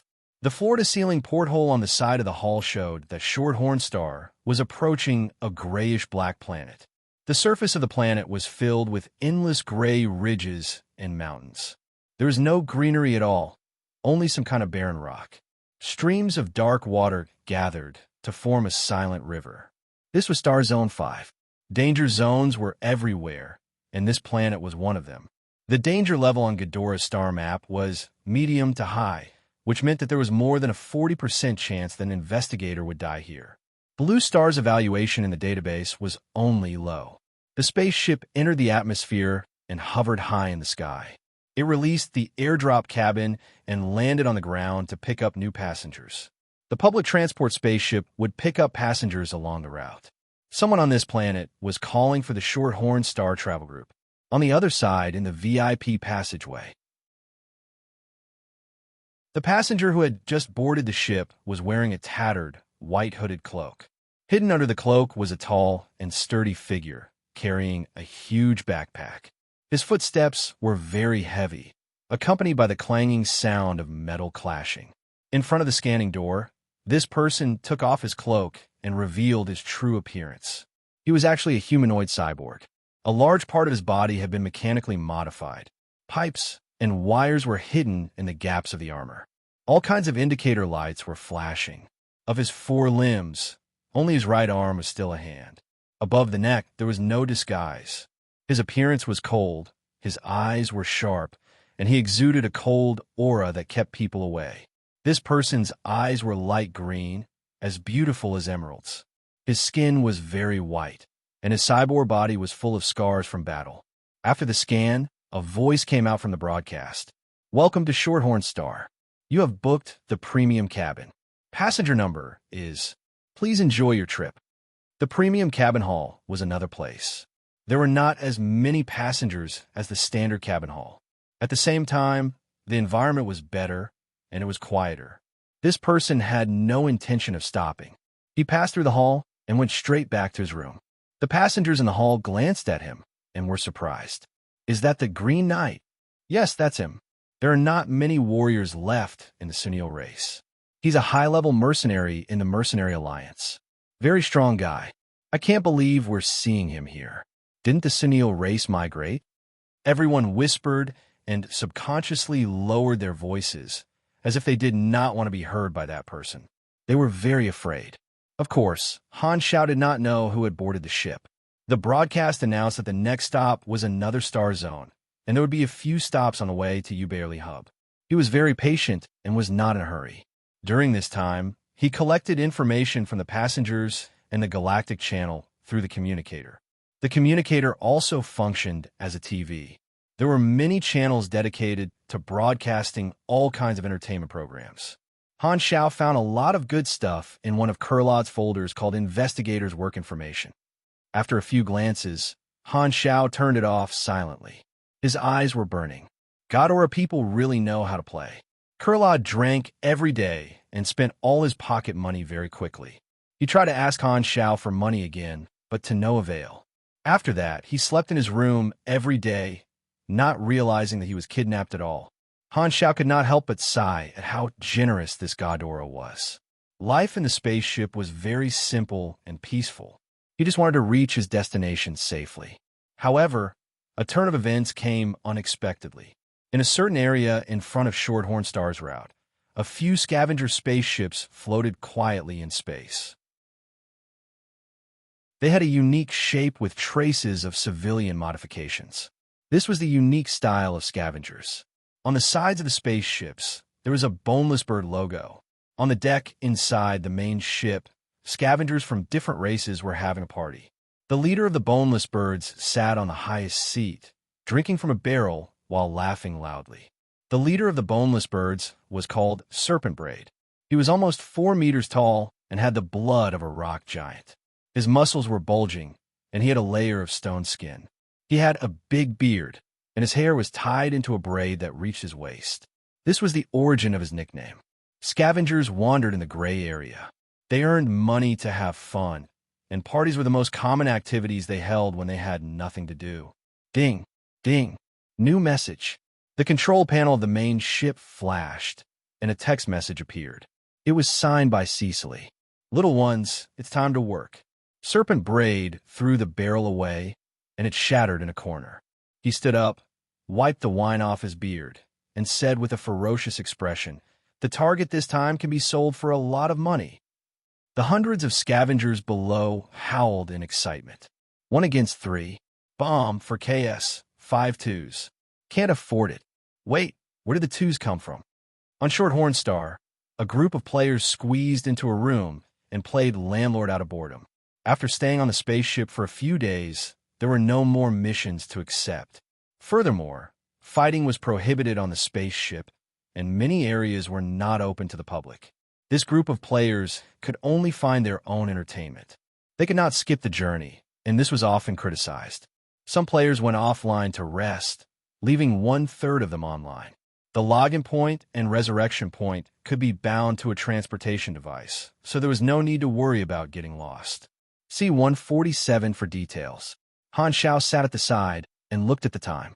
They would arrive in a few days. Shorthorn Star had now arrived at the second star zone of the Garden Star system, and it was bustling. Many planets in this zone had civilizations, and it was one of Ghidorah's key areas. It was relatively close and easy to manage. Spaceships stopped here to pick up people the most. As long as they arrived at the first star zone and entered the stable wormhole door, they would arrive at the destination. At this moment, there was an unusual jolt on the floor. Then, an ear-piercing alarm sounded from the broadcast. Han Zhao's expression changed slightly, and he stood up abruptly. Kurlad, who was sleeping in, also woke up instantly. The two of them hurriedly walked out of the room. The players behind them were confused, but they knew that something must have happened, so they followed the two of them. At this time, one side of the hall was in chaos. All the passengers walked out and looked out of the porthole in horror. Explosions of various colors were flashing outside, but because there was no sound in the vacuum environment, there was a great terror in the silence. Chapter 317. I'm the captain of Shorthorn Star. Dear passengers, we're currently under attack by scavengers. We're about to activate our engines at full power. As long as we enter the warp orbit, we'll be able to shake off the enemy. Don't worry, the enemy will not be able to break in. We have plenty of experience in dealing with attacks. This time, the voice coming out of the broadcast was no longer a mechanical voice, but the calm, masculine voice of the captain, comforting the passengers. As a low-level travel group, Shorthorn Star was bound to be robbed by scavengers and space pirates. Shorthorn Star had been specially modified. Its shield was very tough, making it easier to escape. This is not good. Han Xiao gritted his teeth. He just wanted to reach his destination safely. Why was it so difficult? Space attacks were a problem that he could not solve with his current strength. He could only resign himself to fate. More than a dozen scavenger spaceships were circling and attacking. There were 3 symbols in total. Suddenly, Han Xiao recognized one symbol. His eyes narrowed. Boneless bird? Han Xiao immediately thought of Cecily a few days ago. He immediately searched in the crowd, but found nothing. Cecily had disappeared. Han Xiao frowned, grabbed the flight attendant, described Cecily's appearance, and asked, "Where did this person go?" This flight attendant was the female flight attendant who had seduced Kurlad when they first boarded the spaceship. She was panicking and stuttering. That passenger was moved to the VIP cabin yesterday. Kurlad came closer and said nervously, "These are boneless bird scavengers. They must have been called by the middleman last time. How dare they attack us in public? If this spaceship can't handle it, we're all dead. I haven't lived long enough." Of course, no one has lived long enough. Cecily had a force behind him, so he could call for help. However, Han Xiao did not have a galactic force behind him, so there was nothing he could do. He was in a very passive position. Furthermore, there was no way to know what Cecily was thinking. Han Xiao could not really read minds, so he did not know what Cecily would do. Furthermore, if he started a fight on the spaceship, he would be chased off in minutes. Han Xiao calmed down and said, Cecily is one of them, and he's also on the ship. Those scavengers won't destroy the ship. They'll definitely land. There are two possibilities. First, they'll cripple Short Hornstar and threaten to destroy the spaceship, so that we'll submit. Second, they can't do anything to Short Hornstar and can only attack from the inside and land first. We can't deal with the former, but we can still try to resist the latter. Then what should we do? You can only fight back if you get a weapon first. Han Xiaoxin's mind raced. Violence and lethal weapons were not allowed on the spaceship, except under special circumstances, such as biomass gear that could not be dismantled. All luggage and equipment are stored in the ship's warehouse. Okay, don't leave me behind. I can fight. Kurlad looked like he was following Han Xiao's lead. Han Xiao immediately grabbed the female stewardess and yelled, Where's the warehouse? The female stewardess heard the conversation between the two and widened her eyes in shock. She finally realized that the Godora man was actually a follower. She had misunderstood and thought that this low-key human was the leader. She quickly came back to her senses and pointed the way while trembling. Han Xiao did not say anything and was about to rush out of the hall. The female stewardess hurriedly said, Hey, don't go. The spaceship has entered safe mode. The exit of the hall is locked. No one can get out, bang. The players behind him all used their strongest attacks. With a loud bang, broken mechanical locks scattered all over the floor, and the metal door flew out. Han Xiao did not slow down at all. He rushed out with the others, leaving the passengers in the hall panicking and hesitating. The scavengers and Short Hornstar were still in a stalemate. The situation was unclear. Most of the passengers were watching in fear. He was not acting on impulse. Han Technician never liked to let others decide the result.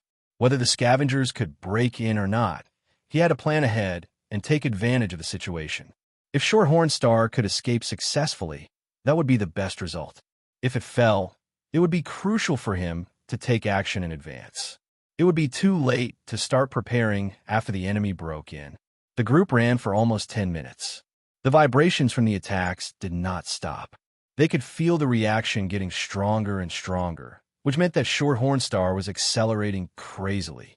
However, it still could not enter the warp jump orbit. Han Xiao knew that something was wrong. Many pieces of equipment could prevent spaceships from entering the warp jump. Since the scavengers were robbers, they would definitely be equipped with such equipment to prevent their prey from escaping. Suddenly, the spaceship vibrated dozens of times stronger than before, accompanied by a roaring explosion. Everyone staggered and almost fell. Han Xiao's expression froze. The space environment was a vacuum. The sound meant that the enemy had broken in and the shield had been breached. Oh my God, this captain jinxed it. The moment the sound was heard, a notification popped up on the interface. You have triggered an emergency mission, Protect Short Hornstar. Mission introduction.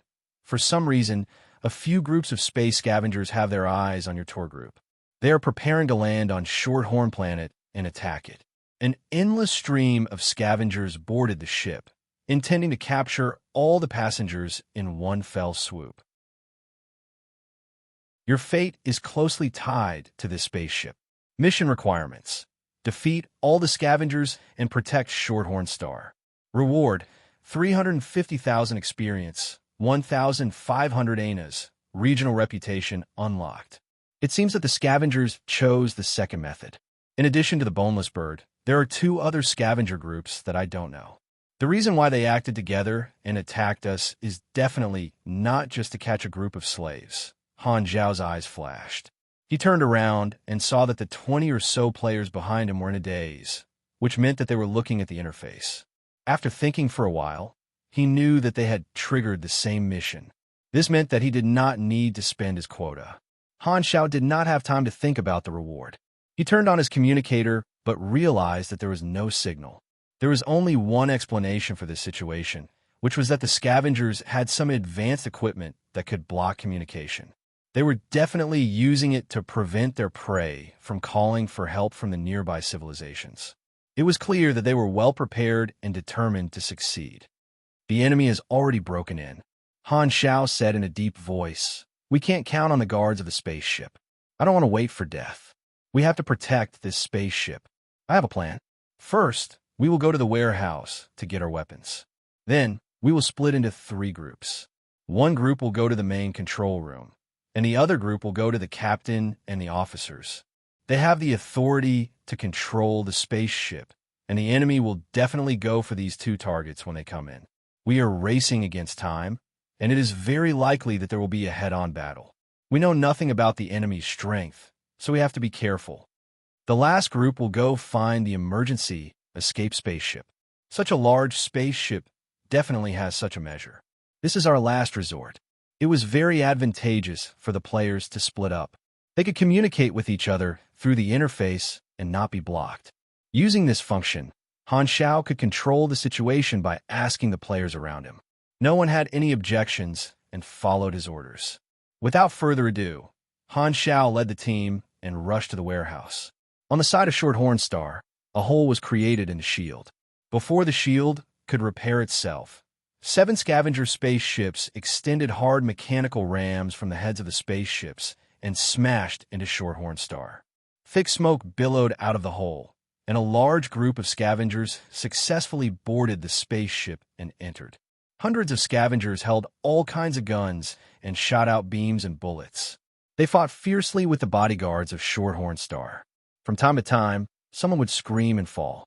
The gunshots were very intense. Most of the soldiers were ordinary people of various races. There were also a small number of supers. One of the spaceship bodyguards was an insectoid pugilist. He had 6 arms and used the 6-blade stream. He moved nimbly in the crowd, and the scavengers fell one after another with blood spurting out. Who? Suddenly, a huge black shadow covered this insectoid pugilist and quickly descended. The strong wind pressure was like a black hole, sucking away the air nearby. Everyone around felt suffocated. The insectoid pugilist let out a shrill cry and raised his 6 blades to block. Boom! The insectoid pugilist disappeared instantly. The deck caved in, but the edges of the deck protruded like a crater. A huge warhammer was slowly raised. The head of the hammer, which was about 1 square meter in size, was stained with the green acidic blood of the insectoid pugilist. White smoke was coming out of it, and it kept dripping. With one hit, the insectoid pugilist was turned into a paper man. Serpent Braid carried the long silver hammer with one hand. The alloy handle of the hammer rubbed against the rock skin, making a cracking sound. He yelled, "Kill all the guards quickly. The gazers will clean up the main control room, and the beast hoof will control the hostages." For this mission, Serpent Braid had invited the help of 2 other groups of scavengers called the Gazers and the Beast Hoof. As for the others, Chapter 3:18. Has the distress signal been sent? In the main control room, the captain was sweating profusely, and the operators beside him were panicking. "Our communication has been jammed. All signals have been intercepted." How is that possible? Shorthorn Star's communication system is a high-grade product bought from a galactic civilization. How can these scavengers have such a high-grade jamming device? The captain was furious. Interstellar communication was universal and had a variety of technologies, so jamming devices were very expensive. Furthermore, the enemy had an anti-jump device that could disrupt space and limit warp. The captain was on the verge of breaking down. Did these scavengers have to be so capable? Shorthorn Star could not escape or call for help. It was surrounded by scavengers. They could still hold on for a short period of time with the shield and armor of the spaceship. There was still hope for them to escape. Perhaps the high-energy reaction here would be captured by Ghidorah's detectors, and the guards would come to help them. In a prosperous galactic region, the ruling civilization would maintain the security of the galactic region. Detectors were very sensitive, and some of them were fixed in position. They were monitored by artificial intelligence in real time, which was equivalent to a warning zone. If something like what happened to Shorthorn Star happened, they could move toward the detectors and alert them indirectly. Usually, The signal strength of the detectors was military grade. There was a high chance of breaking through the jamming device, or the warning zone was larger than the jamming device. At this time, Shorthorn Star was flying toward the nearest detector. They could not warp, so they could only fly. At full speed, they would reach the warning zone in about 20 to 25 minutes. The scavenger spaceship was small and sensitive. It had a strong jamming ability, and its attack power was mediocre. The shield could barely hold on for this period of time. However, the enemy that had boarded the spaceship was in imminent danger. The bodyguards on the spaceship were retreating, and the enemy's target was definitely the main control room. Once the main control room was taken over, it would mean that Shorthorn Star was lost. They could only dream of escaping. Only a third of the bodyguards are left. They're retreating. They can't stop the enemy. It's over. The scavengers are heading toward the main control room. Captain, what do we do now? An assistant looked at the screen and trembled nervously. Try negotiating. The captain clenched his teeth and turned on the radio. With a glimmer of hope, he expressed that he was willing to pay for the passage fee. There was no response from the scavengers. It was obvious that they wanted to swallow the entire spaceship. The scavengers had blocked the signals that were emitted outwards. The ship's internal broadcast was an independent line, so it could still be used. On the screen, the guards fell to the ground one after another. The captain was burning with anxiety. Suddenly, his expression changed, and he hurriedly asked, "Quick, pull up the passenger list. Is there anyone powerful?" Soon, someone filtered through the passenger list, and the identity information of a few people was displayed. They were all combat personnel with some small names, and the most famous of them was the high-level mercenary Green Knight. Green Knight, it's him. That's great. The captain was overjoyed. He hurriedly turned on the radio and said, "Dear passengers, the situation is very urgent. The scavengers are rushing to the main control room. I hope that passengers with combat strength can help. This is also saving yourselves. I will pay a high reward." In the current situation, they had no choice but to make every possible effort. They had to defeat the enemy boarding the ship in order to have a chance to escape. The passengers were their last straw of hope. The captain could only place his hopes on the passengers, especially the famous Green Knight. He secretly prayed. Oh, the warhammer swept horizontally, creating a shockwave that sent a large group of spaceship guards flying. Serpent Braid swung the warhammer with one hand and did not stop moving. His entire body was shrouded in stone-gray, pugilist flames. Bullets and low-energy beams hit his body, but they only left white marks on his stone-like skin. This was his racial talent, which made him very resistant to attacks. He laughed maniacally, and like a hot knife through butter, he beat the guards until they were forced to retreat. The battle inside the spaceship continued, and the external shield kept exploding, mixing into a flamboyant tune. Where are we now? Boss, the VIP cabin is in front. Cecily is waiting for you there. Soon, the metal door of the VIP hall appeared in front of them. It was locked. This time, Serpent Braid held the handle of the warhammer with both hands, spun it twice, and smashed it. With a bang, the door caved in, and it flew in. Cecily walked out with a smile. "You're finally here. Well done. Where is that Godora guy?" "The economy cabin." "Very good." Serpent Braid grinned, turned around, and saw a group of cowering passengers. He ordered, "Capture all of them as hostages. Some of you stay behind a guard." A group of scavengers took out small black metal rings and put them on the hands and feet of the passengers, which automatically extended into mechanical shackles. They were very thick and tightly locked the hands and feet. Ordinary supers would not be able to break free, and this group of passengers was captured as hostages. There were a few supers among the passengers, but there were too many scavengers, and Serpent Braid was too strong. They were afraid of death and did not dare resist. Then, Serpent Braid went to the economy cabin and captured this batch of passengers. He searched carefully, but he could not find the Godora guy. He was furious. "I just moved to the VIP cabin yesterday, and the spaceship has not docked. He must still be on the spaceship," Cecily said hurriedly. Serpent Braid grabbed the head of the passenger and roared, "Where did that Godora guy go?" They broke the door and ran out. The person replied hurriedly. Bang! His head was crushed, and blood splattered on the faces of the other hostages. Screams could be heard everywhere. Serpent Braid waved his hand and said angrily, "He actually ran away. Go find him immediately."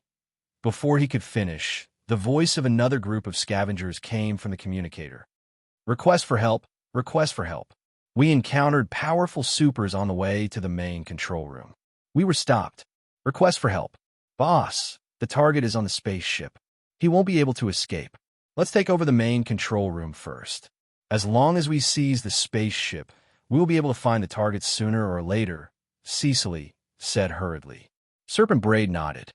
Then, let's go to the main control room.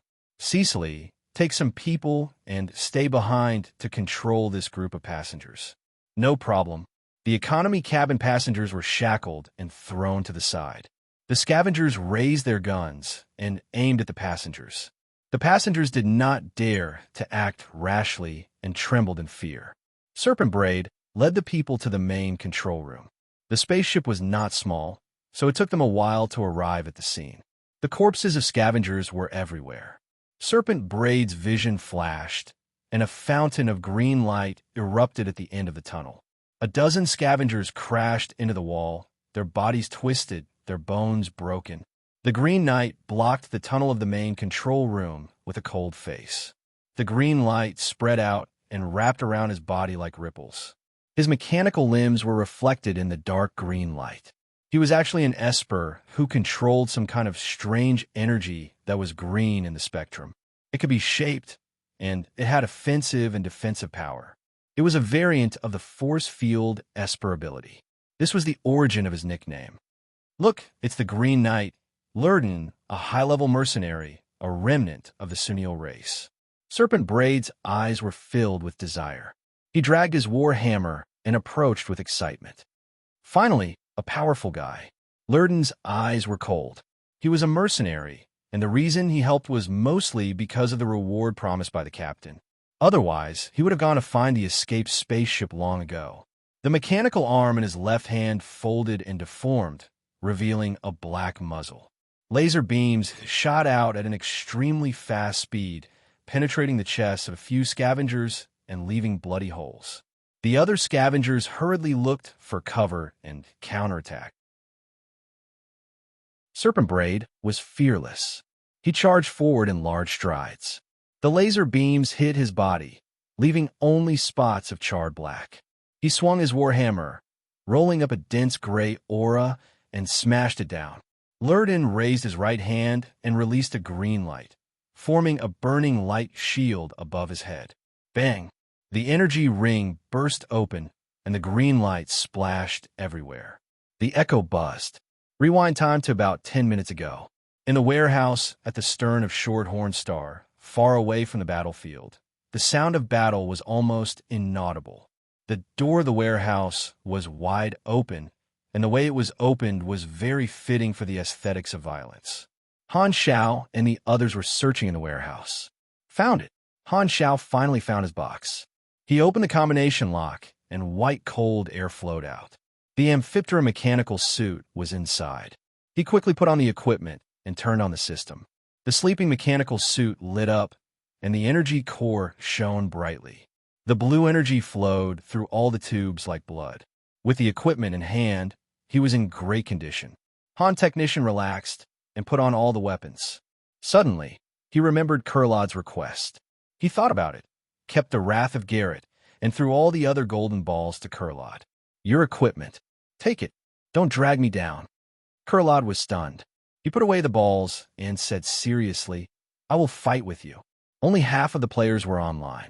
More than 20 players had gotten their weapons. Han Xiao said in a low voice, let's split up. Now, let's assign the teams. The plan was to split into 3 teams. Mad Blade, fried eggplants with fish, and another team would control the emergency aircraft and find a way out. The Temple of God, Dynasty, and the others would cut off the scavengers' escape route and the entrance to Shorthorn Star. Kurlad and the rest of the players would follow him to the main control room. This was the most important route. At this moment, the broadcast sounded. The captain's request for help from the passengers was heard. After hearing it, Han Zhao's eyes lit up. Chapter 319. The space inside the spaceship was limited, so he could not wear the Batwings aircraft. Instead, he used the electromagnetic hover boots and mini-jet maneuvers and sprinted toward the main control room. His gliding speed was much faster than stepping on a banana peel. Han Zhao was very experienced. He knew that the main control room was extremely important. In order to provide support in time, he moved at full speed.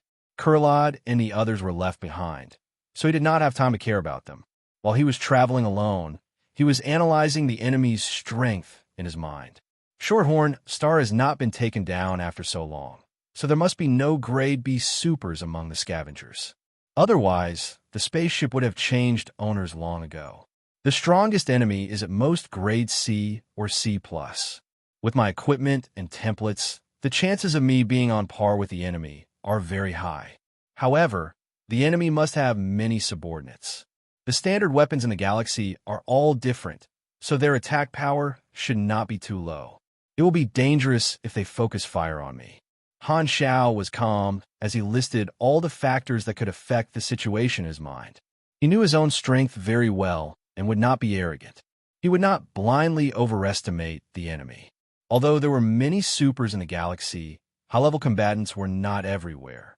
Most of them were still at Grade E and D, and those who had just entered were all youngsters who still needed to grow up. From Grade C onwards, one would have a well-formed combat power. In the Shattered Star Ring, Grade C supers were the backbone, Grade B supers were the rarer high-end power, and Grade A supers were the rarer Calamity Grade supers. The differences between the three were very clear. Grade C supers had decent individual combat power and could fight against a small army on the ground. Grade B supers had the ability to destroy cities, and their stamina was greatly increased. They could also be used as a single soldier to flatten a spaceship. Grade A supers were the Calamity Grade supers, and they could cause natural disasters on the surface of a planet. Some of their powerful abilities could even destroy the surface of a planet. Of course, this would take some time. The sound of the collision echoed in the tunnel, and the aftershock made the metal walls tremble. The green light collided with the war hammer again, and the two of them took a big step back. Chi! A gust of hot air blew out of Lurden's back, releasing the pressure from the mechanical body. He breathed heavily, and his face was covered in sweat. His already pale face became even paler. Esper abilities required energy, and the mechanical prosthetic body did not produce energy. Lurden's Esper ability did not last very long. The mechanical prosthetic gave him a plethora of combat weapons, and his body was tougher, so he would not die so easily. However, it also came with a price. He would not last long and would wither very quickly. At this time, the mechanical prosthetic body was damaged everywhere, emitting electric sparks. Serpent Braid was very fierce and strong, but Lurden was confident that he would not lose to him. However, the most troublesome thing was that this was not a one-on-one battle. Hundreds of scavengers were hiding and shooting at him secretly. He had to pay attention to stray bullets at all times, so he wasted a lot of energy to create an energy shield. His attention was also diverted, and many of his injuries were caused by the other scavenger sneak attacks. At the end of the tunnel behind Lurden was the door of the main control room. Once he left, the main control room would be in danger, which greatly restricted his actions. He did not dare to go around Serpent Braid to deal with the scavengers first. The door of the main control room was tightly shut, and the situation outside was transmitted to the monitor. Everyone in the main control room was on tenterhooks. The captain's palms were sweaty, and he pressed hard on the table. He murmured, "We will reach the warning zone in 12 minutes. You have to hang in there." Intense gunshots sounded again. Lurden could only create a light shield to protect himself. Serpent Braid laughed viciously, and without giving Lurden a chance to breathe, he pounced again and smashed down with his warhammer. Lurden's eyes were bloodshot, and his expression was cold. He held on with all his might, but the green light shield was dimming at a speed visible to the naked eye. Suddenly, the light shield shattered, and the war hammer hit the left side of Lurden's body without any resistance. Dong! Half of Lurden's body exploded, and parts flew everywhere like a blooming flower, hitting the wall and spilling oil all over the floor. Lurden flew out and crashed into the wall, but there was no pain on his face. He was a semi-artificial body, and a broken mechanical body did not feel pain. This artificial body technology was more mature than the Germinal organization's half-baked technology, and, of course, it would not harm his life. Flames suddenly spewed out from the soles of his feet, and he flew up, leaped over Serpent Braid, and fled the battlefield without hesitation. The reward was the reason he helped, but Lurden valued his life more. With half of his body broken and the situation critical, he immediately fled without hesitation. He was so rational that he was indifferent. This spaceship will definitely be lost. No matter what the scavengers want to do, I am not their target. We should not be far from the warning zone now. As long as I get on the emergency aircraft, I will be able to escape. The scavengers will not chase after me. Seeing Lurden turn around and flee, the captain's body suddenly turned soft. He sat down on the chair and closed his eyes in pain. It's over. It's all King over. The Green Knight had been beaten away, and the enemy was so close to the main control room. What hope was there? Serpent Braid suppressed his desire to chase after them. Remembering the main mission, he waved his hand and led them to the main control room door. Panic and bewilderment filled the air. Everyone was terrified. With every step the scavenger took forward, the captain's heart sank. This situation was already hopeless. The captain could not think of any way to turn the situation around. He could not help but think of his wife, child, and mistress back home. He could not help but feel sad. Just as Serpent Braid was about to smash open the door, he suddenly heard a boom. A surge of heat quickly approached from behind. He hurriedly turned around, and a thick beam of hot light was rapidly expanding in his sight. Serpent Braid hurriedly raised his war hammer in front of him, and the flames condensed into an invisible force field. The beam of light hit the target. Bang! The war hammer instantly turned into a burning red soldering iron. Serpent Braid screamed, and the war hammer fell out of his hand. His arms and chest glowed like embers, and they were still burning. What? The captain's expression suddenly changed. At the other end of the passage, Han Xiao was holding a strange golden gun. White smoke was still rising from the muzzle. The Wrath of Garrett's interface attack was 513 damage. Flaming Will was 2. 7 times. Ambush critical hit was 2 times. And, hold your breath, aim, increase shooting power by 30%. After the defense reduction, this shot had dealt 2,124 damage. Too bad it didn't trigger fatal true damage. Han Xiao glanced at the scene and raised his eyebrows. Looks like I arrived in time. Serpent Braid struggled to get up, picked up the war hammer, and let it burn his hand. He stared at Han Xiao. Another one. Kill him. The other scavengers turned around and focused their fire. Bullets and beams covered the narrow passage, and there was no way to dodge. Han Xiaoxin summoned the hovering shield shuttle and formed an electromagnetic shield in front of him, which rippled under the rain of bullets. Serpent Braid swung the war hammer, but he did not attack Han Xiao. Instead, he turned around and smashed the door of the main control room. With a boom, the door fell, and the main control room was exposed. The people inside hurriedly backed away from the door. The captain knocked into a chair and fell to the ground. He looked up at the tall Serpent Braid with a face full of fear. Just as Serpent Braid was about to enter the main control room, a dark red stream of light lit up between Han Zhao's eyebrows. A female figure with a seductive figure appeared behind him. Her slightly curly red hair danced like seaweed. Character summon card, Hela. Without hesitation, Han Xiao threw all 3 psychic shock at Serpent Braid.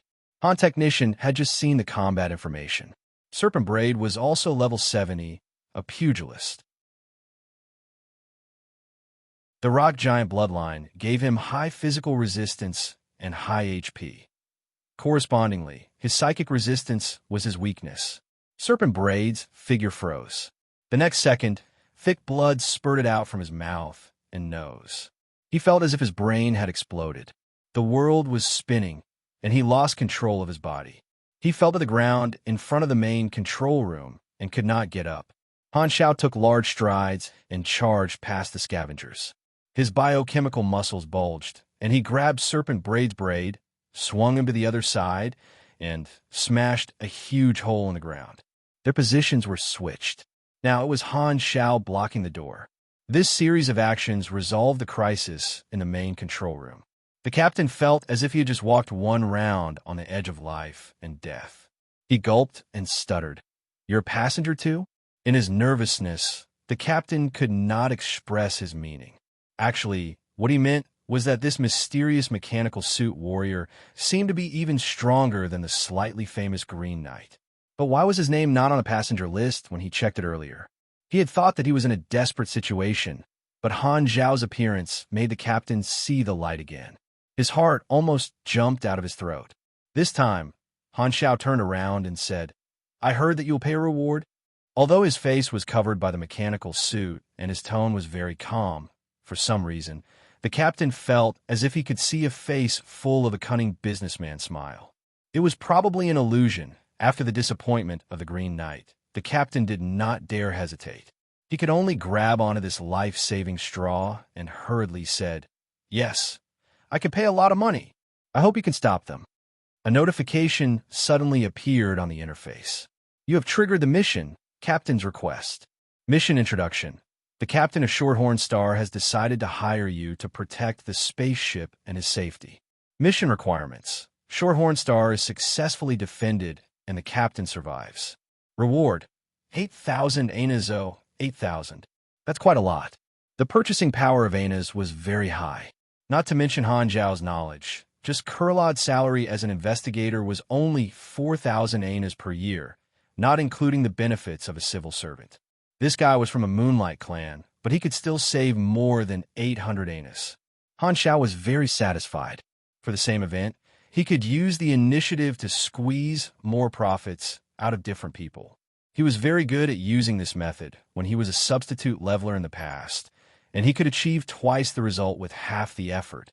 Many players also had this habit. When they knew that they were going to a place to fight monsters, they would accept all the related missions first and complete them in one go to get more rewards.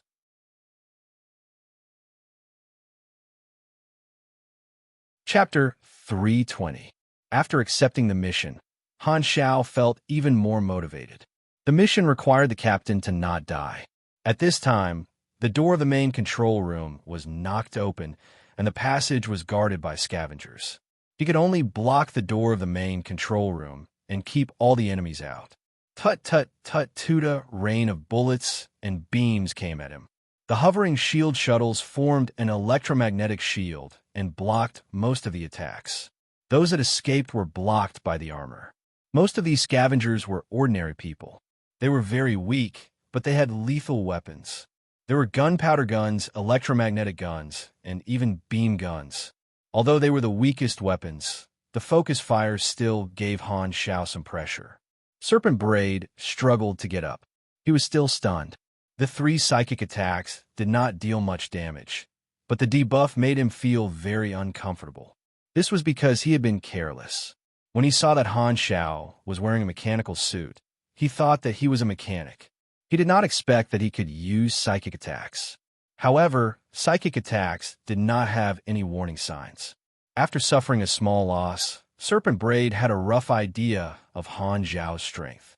He was a strong enemy that was not weaker than the Green Knight. Serpent Braid was very competitive. Just as he was about to raise his hammer and charge, Cecily's voice came from the communicator. "Boss, this spaceship is approaching the warning zone. We don't have much time left. Don't waste time on a strong enemy. Quickly take over the main control room." Serpent Braid frowned and suppressed his fighting spirit. He whistled and shouted, "Guys, focus fire." His subordinates immediately opened fire, and the pressure on Han Xiao increased. Serpent Braid raised his hammer and wanted to use the opportunity when Han Xiao was distracted to go around him and rush into the main control room. As long as they seized the main control room, they could turn off the shield, and the scavengers in the outer space would be able to destroy the spaceship at any time. It was the same for the passengers when they lost the ship, so everyone on the ship could only surrender. That way, there would be no need to fight anymore. Han Xiao was suppressed by the firepower and could not escape. His eyes flashed, and 4 sonic spheres flew out and blocked in front of Serpent Braid. In order to protect the main control room, he had to block the door and be focused on. Han Xiao deliberately entered a passive situation, but he did not panic at all. Kurlod and a group of players were his backup. Once the backup arrived, he would be able to focus on dealing with Serpent Braid. Serpent Braid had some strength, so Han Xiao could not go around him to deal with the minions first. Moreover, Han Xiao could not leave his position at the entrance. If he dealt with Serpent Braid first, the scavengers would be able to interfere. If he wanted to solve this problem, he had to use Snake Devil. However, the effect was a 7-day cooldown. The current situation was not so bad that he needed to use his trump card, so Han Xiao chose to restrain the enemy and delay until reinforcements arrived. He knew what to do. The Nerves connection allowed him to control the floating mechanical weapons. This technique was very useful as it allowed him to fight on 2 fronts. Sonic spheres and magnetic chain split blades attacked like butterflies. To Serpent Braid, they were like a group of annoying bees. They were agile and stinging. Serpent Braid wanted to withstand the attacks and rush over, but he was blocked by Han Xiao, who focused fire on him. He could not break through. Serpent Braid was enraged. He swung his warhammer and destroyed 1 or 2 machines from time to time. Bang, bang, bang. As time passed, the durability of Amphiptera decreased by a lot. Han Xiao did not feel the slightest bit of heartache. He had brought many spare parts with him and dealt with them calmly. He basically took a defensive stance and neutralized Serpent Braid's attacks. He was like an unsurpassable wall, making Serpent Braid more and more furious. "Boss, we don't have enough time. We can't take down the main control room." Cecily shouted in the comms again. "Shut up." Serpent Braid was furious. He swung his warhammer crazily. Seeing that Han Xiao's mech was getting more and more damaged, he had the illusion that he could defeat this opponent in front of him with just a little more. "Boss, don't be rash.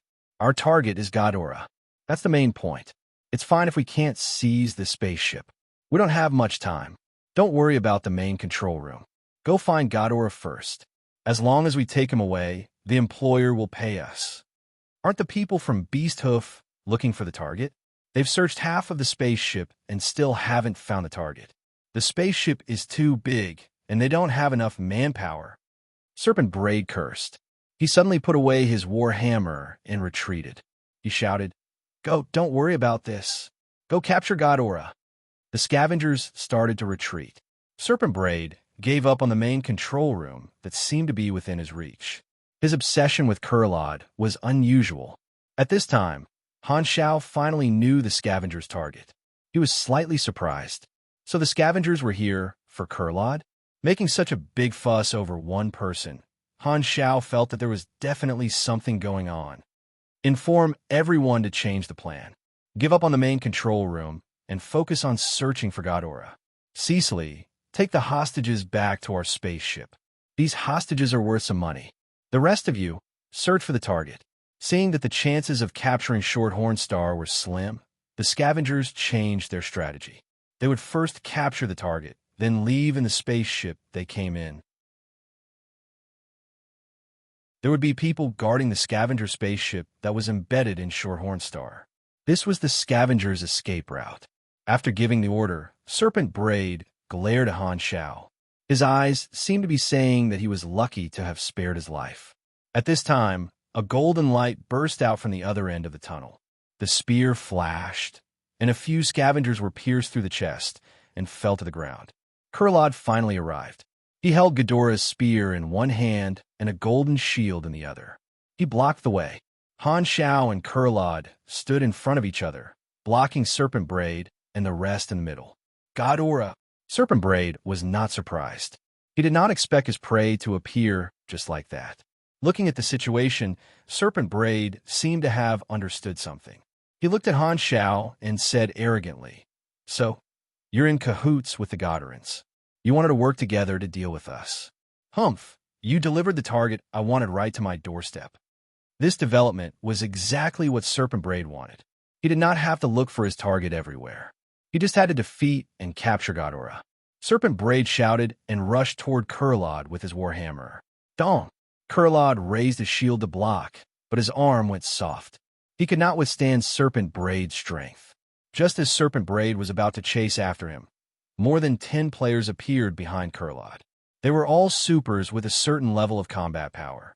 The scavenger's advantage in numbers was gone. With so many supers, it was more than enough to wipe them all out. Shock finally appeared on Serpent Braid's face. His impulsiveness and anger turned into shock. How could there be so many supers in this low-level tour group? Before they took action, the scavengers had estimated the strength of Shorthorn Star. Logically speaking, the supers in low-level tour groups would at most be grade C, and they would not be too strong. The strong were usually quite rich. If they had the money, they would definitely buy their own spaceships. Even if they did not, they would still take a higher-level tour group. For example, low-level tour groups like Shorthorn Star were like buses, while high-level tour groups were like trains and high-speed trains. Serpent Braid was already surprised by the appearance of the Green Knight, but now there were so many supers with grade C strength. This was completely out of his expectations. Where did these poor supers come from? And they even came in groups. I miscalculated. Han Xiao chuckled. I have helpers too. The next moment, his smile disappeared, and he said coldly, Go! Han Xiao, Kurlod, and the others brazenly attacked Serpent Braid, who was caught off guard, and a one-sided massacre broke out. The situation suddenly reversed. **T. Boss is done for. Cecily trembled as if a cold wind had pierced through his spine. He was currently in the economy cabin, leading a group of scavengers to guard the passengers and hostages. What should we do now? We can't save Boss. Let's return to the spaceship first. Cecily felt that the situation was out of control, and he felt uneasy. He only wanted to return to the spaceship as soon as possible so that he would have a backup plan. His mission was to bring the hostages onto the spaceship and comfort himself that this was not considered betrayal. He had no intention of helping Serpent Braid. Most scavengers were very selfish, and their loyalty was low. Cecily was more concerned about whether he could leave safely. Boss wants me to bring the hostages back to the spaceship. Let's move quickly. Cecily could not wait to give orders to his subordinates. But halfway through his sentence, Cecily suddenly stopped and looked at the corner of the hall in a daze. That corner was originally empty, but just a moment ago, a dozen people had suddenly appeared. Hao Tian, Sleepy Winter, Rainy Kim, Pork Bun, and a few other high-level players had agreed to finish their meal and come online at the same time. The players looked around blankly, their faces filled with shock. Hey, what's going on? Why are all the passengers captured? Who are these people with guns? Why is the spaceship shaking nonstop, and there are gunshots in the distance? Are they under attack? The scavengers in the hall were all stunned, their eyes wide open. When they kidnapped the hostages, they had checked all the rooms. Where did these people come from? Are they all ghosts? Both parties stared at each other, their faces filled with confusion. The scavengers subconsciously turned their guns. Hao Tian and the others saw this situation and immediately understood what was going on. What the F***CK is there to think about? Kill them. With a burst of energy, the scavengers were immediately pressed to the ground. Cecily was shocked.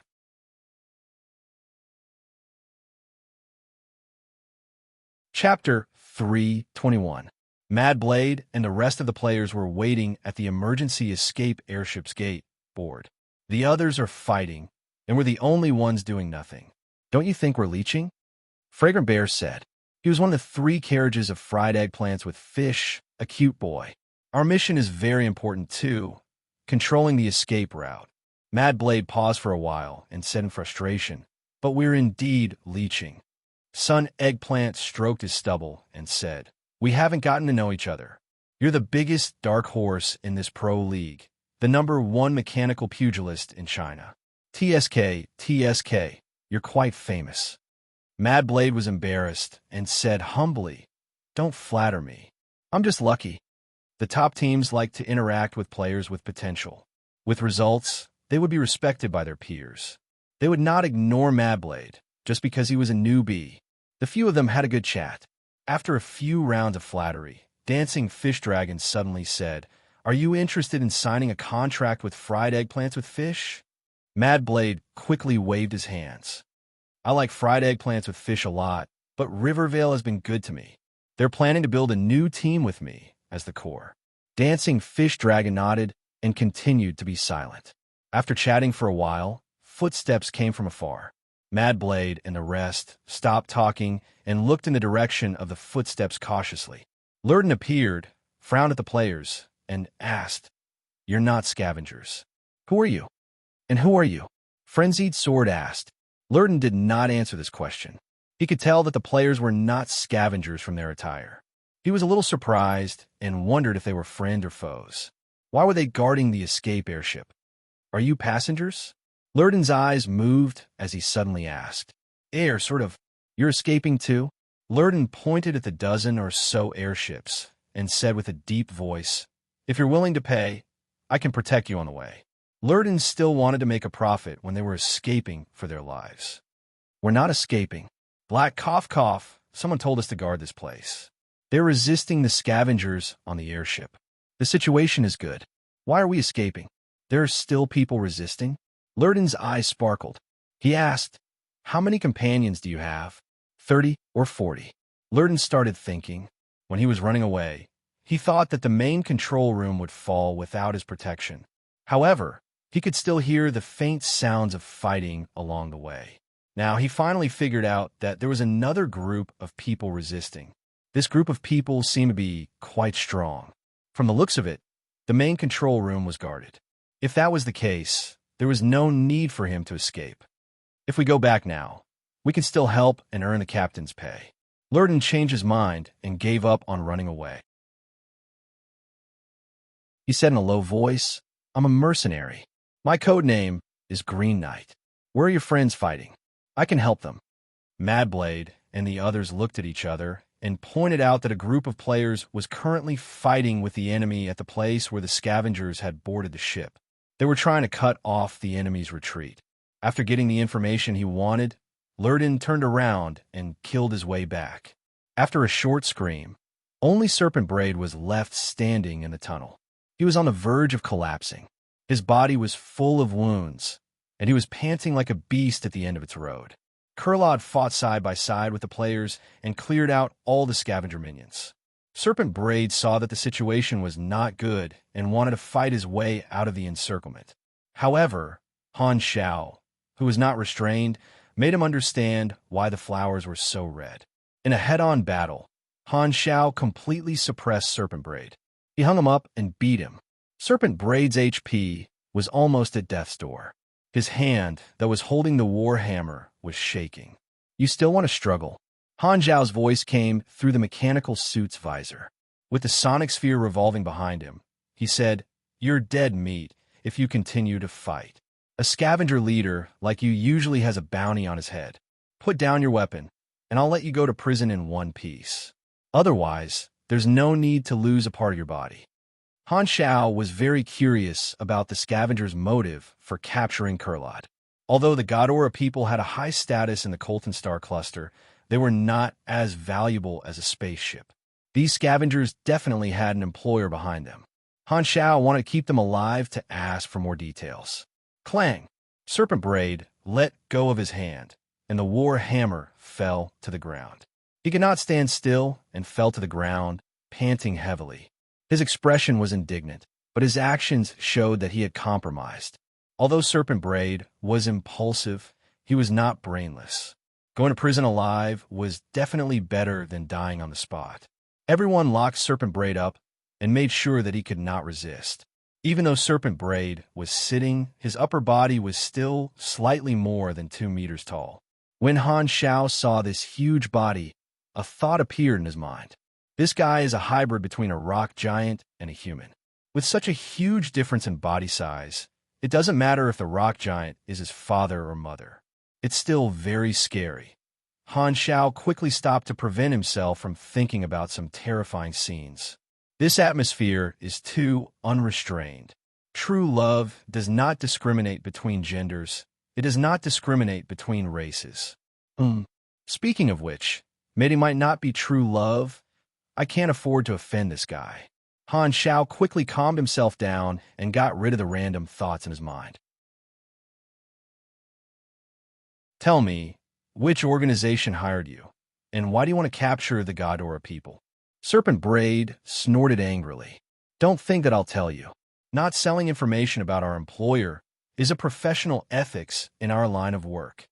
Han Xiao sneered and threatened. We can keep you alive to exchange for the bounty, but we don't necessarily need to keep you in one piece. Hurry up and give me some information, or I'll make you lose some. My employer is Dark Star. Serpent Braid quickly backed down. Han Xiao curled his lips. A scavenger talking about ethics with me? Are you kidding me? Kurlad's expression suddenly changed. Dark Star. When he mentioned it, Han Xiao remembered that Dark Star and Godora were sworn enemies. Serpent Braid explained the cause and effect. Dark Star has been secretly buying pure-blooded Godora people. It seems that they are carrying out some kind of blood sacrifice, and the price is very high. My people found this Godora person. You should know that the chances of a pure-blooded Godora riding on a low-level tour group with weak defenses are very low. This is an opportunity to make money, so we contacted Dark Star. They settled on a price and hired us to capture Godora people. That's what happened. The pure-blooded Godorans had a very high status, and the investigators who were active in the outside world all had their own spaceships. They would almost never take a low-grade tour group. This time, they were unlucky and were discovered by the scavengers. Furthermore, Dark Star had secretly hired them, so they had attracted this attack. Han Xiao did not know whether to laugh or cry. The enemy's target was indeed not this group of natives. Because low-level tour groups were very weak, the scavengers dared to attack. Han Xiao wanted to ride on a high-level tour group, but Kurlad was poor and did not have much money. He could do whatever he wanted with money, but he could only be wretched without money. In the end, it's all because you are poor, Han Xiao grumbled. Kurlad was furious. Damn, is there still justice in this world when the people who rob me think I'm poor? Although he was not the target, he was still in danger because of this. Han Xiao narrowed his eyes and thought to himself, Dark Star, this organization is related to the mutation disaster. I didn't expect to come into contact with them so quickly. I'll meet them sooner or later. After the crisis in the main control room was resolved, Han Xiao asked the players beside him. The players used the interface to communicate with each other, ignoring distance and obstacles. He used this method to monitor the progress of the other players. Shorthorn Star was about to enter the warning zone, and the scavengers on the ship were all rushing to their own spaceships to escape. The players who went to cut off the scavengers' escape route were from Dynasty and Temple of God. They were fighting fiercely at the location where the enemy had boarded the ship. There was another leader in the scavengers team, and his strength was similar to Serpent Braid. He was like a mini-boss, and Dynasty and Temple of God were having a hard time fighting him. Han Xiao decided to go and help. At this time, the captain walked over and said gratefully, That's great. The main control room is protected. It's all thanks to you. As long as you stay here, this spaceship will be safe. Han Xiao interrupted him and said, My companions are preventing the enemy from escaping. I'm going to help. This Godora guy will stay here with these people to protect the main control room. You're not staying? The captain was shocked, and his face was filled with unwillingness. He mumbled, Don't worry about those scavengers who escaped. It's fine as long as we are fine. The captain did not feel safe at all. He did not care whether the scavengers escaped or not. He only wanted Han Xiao to stay and protect him. Only then would he feel safe.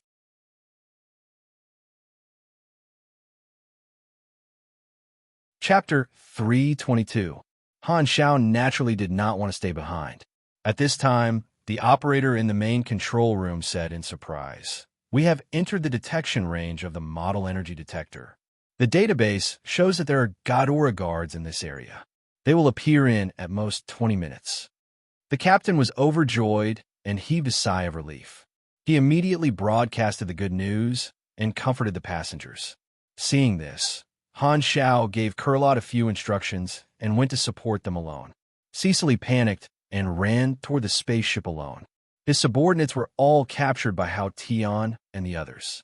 He was the only one who escaped when he saw that the situation was not good. However, he was the only one who escaped. When he arrived at the place where the scavengers boarded the spaceship, he heard the sound of battle.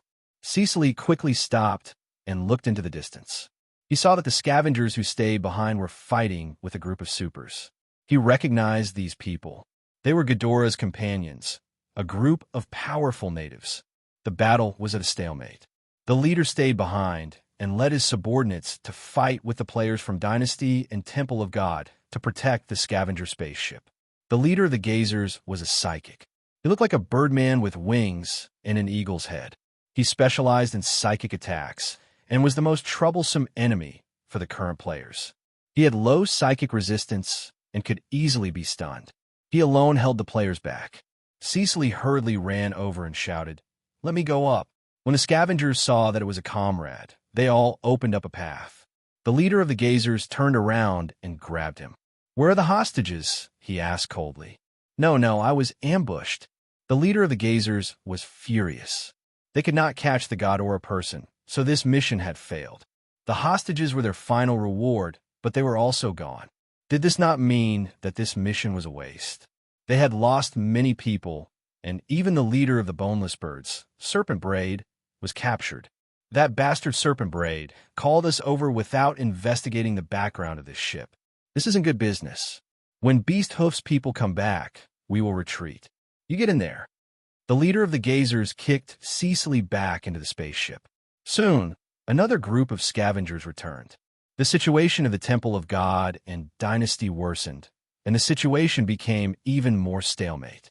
The leader of the Gazers ordered them to retreat while fighting. They were about to return to the spaceship and escape from Shorehorn Star. The players could do nothing about it, and could not stop it at all. In the distance, a chain of laser cannons shot over and killed several scavengers. Lurden finally arrived at the scene. He looked calm. Although his left mechanical arm had been destroyed, there was still a secret muzzle hidden in his crotch that was shooting high-temperature lasers. The scavenger hurriedly walked onto the bridge and was about to run back to the spaceship. A green light flashed in Lurden's eyes, and he roared in a low voice. He raised his hand and created many green light curtains that blocked the entrance of the spaceship, preventing the scavenger from entering. "Don't just stand there. I can't last much longer. Hold them back." Lurden yelled at the players. He was sweating profusely.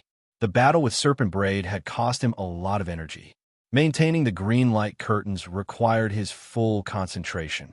If it were not for the help of the other passengers, he would not have dared to do this.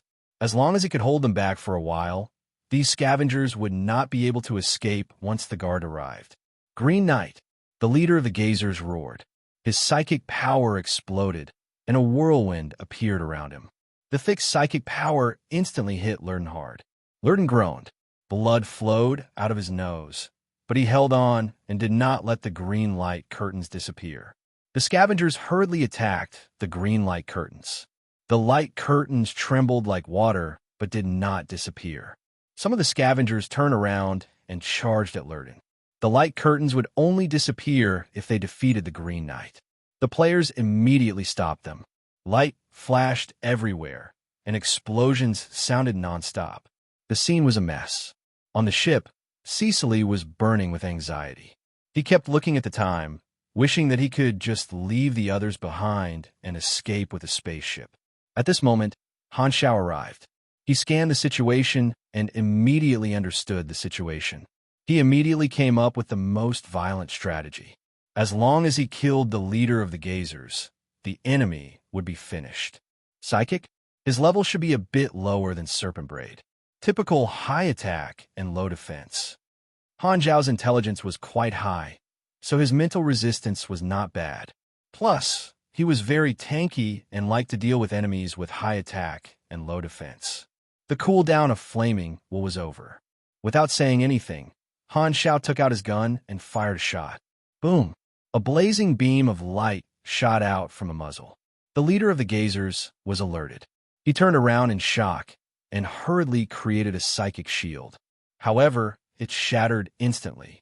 The beam of light swallowed half of his body, burning it black. The pale white psychic light in the leader's eyes disappeared. He screamed and fell to the ground. This shot had triggered the effect of the talent. When the first shot was fired, there was a 12% to 25% chance of causing true damage. In Han Zhao's vision, the health of the leader of the Gazers dropped from 4/5 to 1/5 in the blink of an eye. With such a high damage, the leader of the Gazers was immediately inflicted with weakened, heavily injured, and other negative statuses. Han Zhao seized the opportunity and charged forward at full speed, knocking away the scavengers blocking his way. He rushed into the crowd and directly controlled the leader of the Gazers, who could not resist. This series of actions was completed in a flash.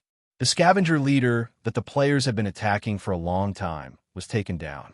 Although it was a sneak attack, the efficiency was shocking. Lurden's pupils shrank, and his eyes followed Han Zhao's figure closely. What a strong guy. Is he also a mercenary? The leader of the Gazers and Serpent Braid were similar in strength, but they had different inclinations. Han Zhao's explosive power was most suitable for dealing with enemies with high attack and low defense. In comparison, it was more difficult to deal with enemies like Serpent Braid, who was more of a tank type, and this time he had triggered true damage. Without their leader, the scavengers were in chaos. Cecily's heart sank. He did not care about anything else and sat in the pilot's seat, about to start the spaceship and escape alone. Cecily closed the hatch immediately. Suddenly, he heard the sound of metal tearing. The half-closed hatch was torn open. Han Zhao walked in, picked Cecily up, and threw him out. "We meet again." Han Zhao opened his mask and smiled at Cecily. It was a very friendly smile, but in Cecily's eyes, it was no different from a wolf, a tiger, or a leopard. The dangerous aura pierced straight into his heart. "It's you. Don't kill me. I know a lot of things. I know a lot of information." Cecily's face was filled with fear. He could not speak coherently and only wanted to beg for mercy. Bang! An electromagnetic needle bullet pierced through Cecily's forehead and blew away half of his head. Blood and flesh splattered all over the floor. Han Zhao put away his Gaussian sniper rifle and did not even look at Cecily's corpse. He turned to the people from Temple of God and said, "I'll leave this to you guys." The remaining scavengers were slaughtered one-sidedly. None of those who boarded the spaceship managed to escape. At this time, the vibration of the spaceship also stopped. Han Zhao looked out the porthole. The scavenger spaceship that had been harassing them in space saw that their companions had all been wiped out and immediately fled. It was only now that the crisis had truly been resolved. It's finally over. Luckily, it was more dangerous than dangerous. Han Zhao heaved a sigh of relief. Encountering an attacker in space, one moment of carelessness and the spaceship would be destroyed. This small episode made him a little nervous, but also awakened the nervousness of galactic battles. After staying in Blue Star for too long, Han Zhao's familiarity with galactic battles was gradually returning. Han Zhao was used to summarizing after a battle. In this attack, he had taken advantage of the player's advantage, split up, and controlled the overall situation. The group of players who suddenly came online was also a pleasant surprise. Overall, he felt that he could give himself a score of 82. At this time, Han Zhao finally had the time to size up Lurden. Seeing the damaged mechanical prosthetic body, his eyes sparkled. Mechanical prosthetic body. It should be an advanced modification. It also has a transformation function. Out of his professional instinct, Han Zhao subconsciously analyzed the technology. Although Lurden was quite curious about Han Zhao, he was relatively cold. He stood to the side with an expressionless face and did not have any intention of greeting him.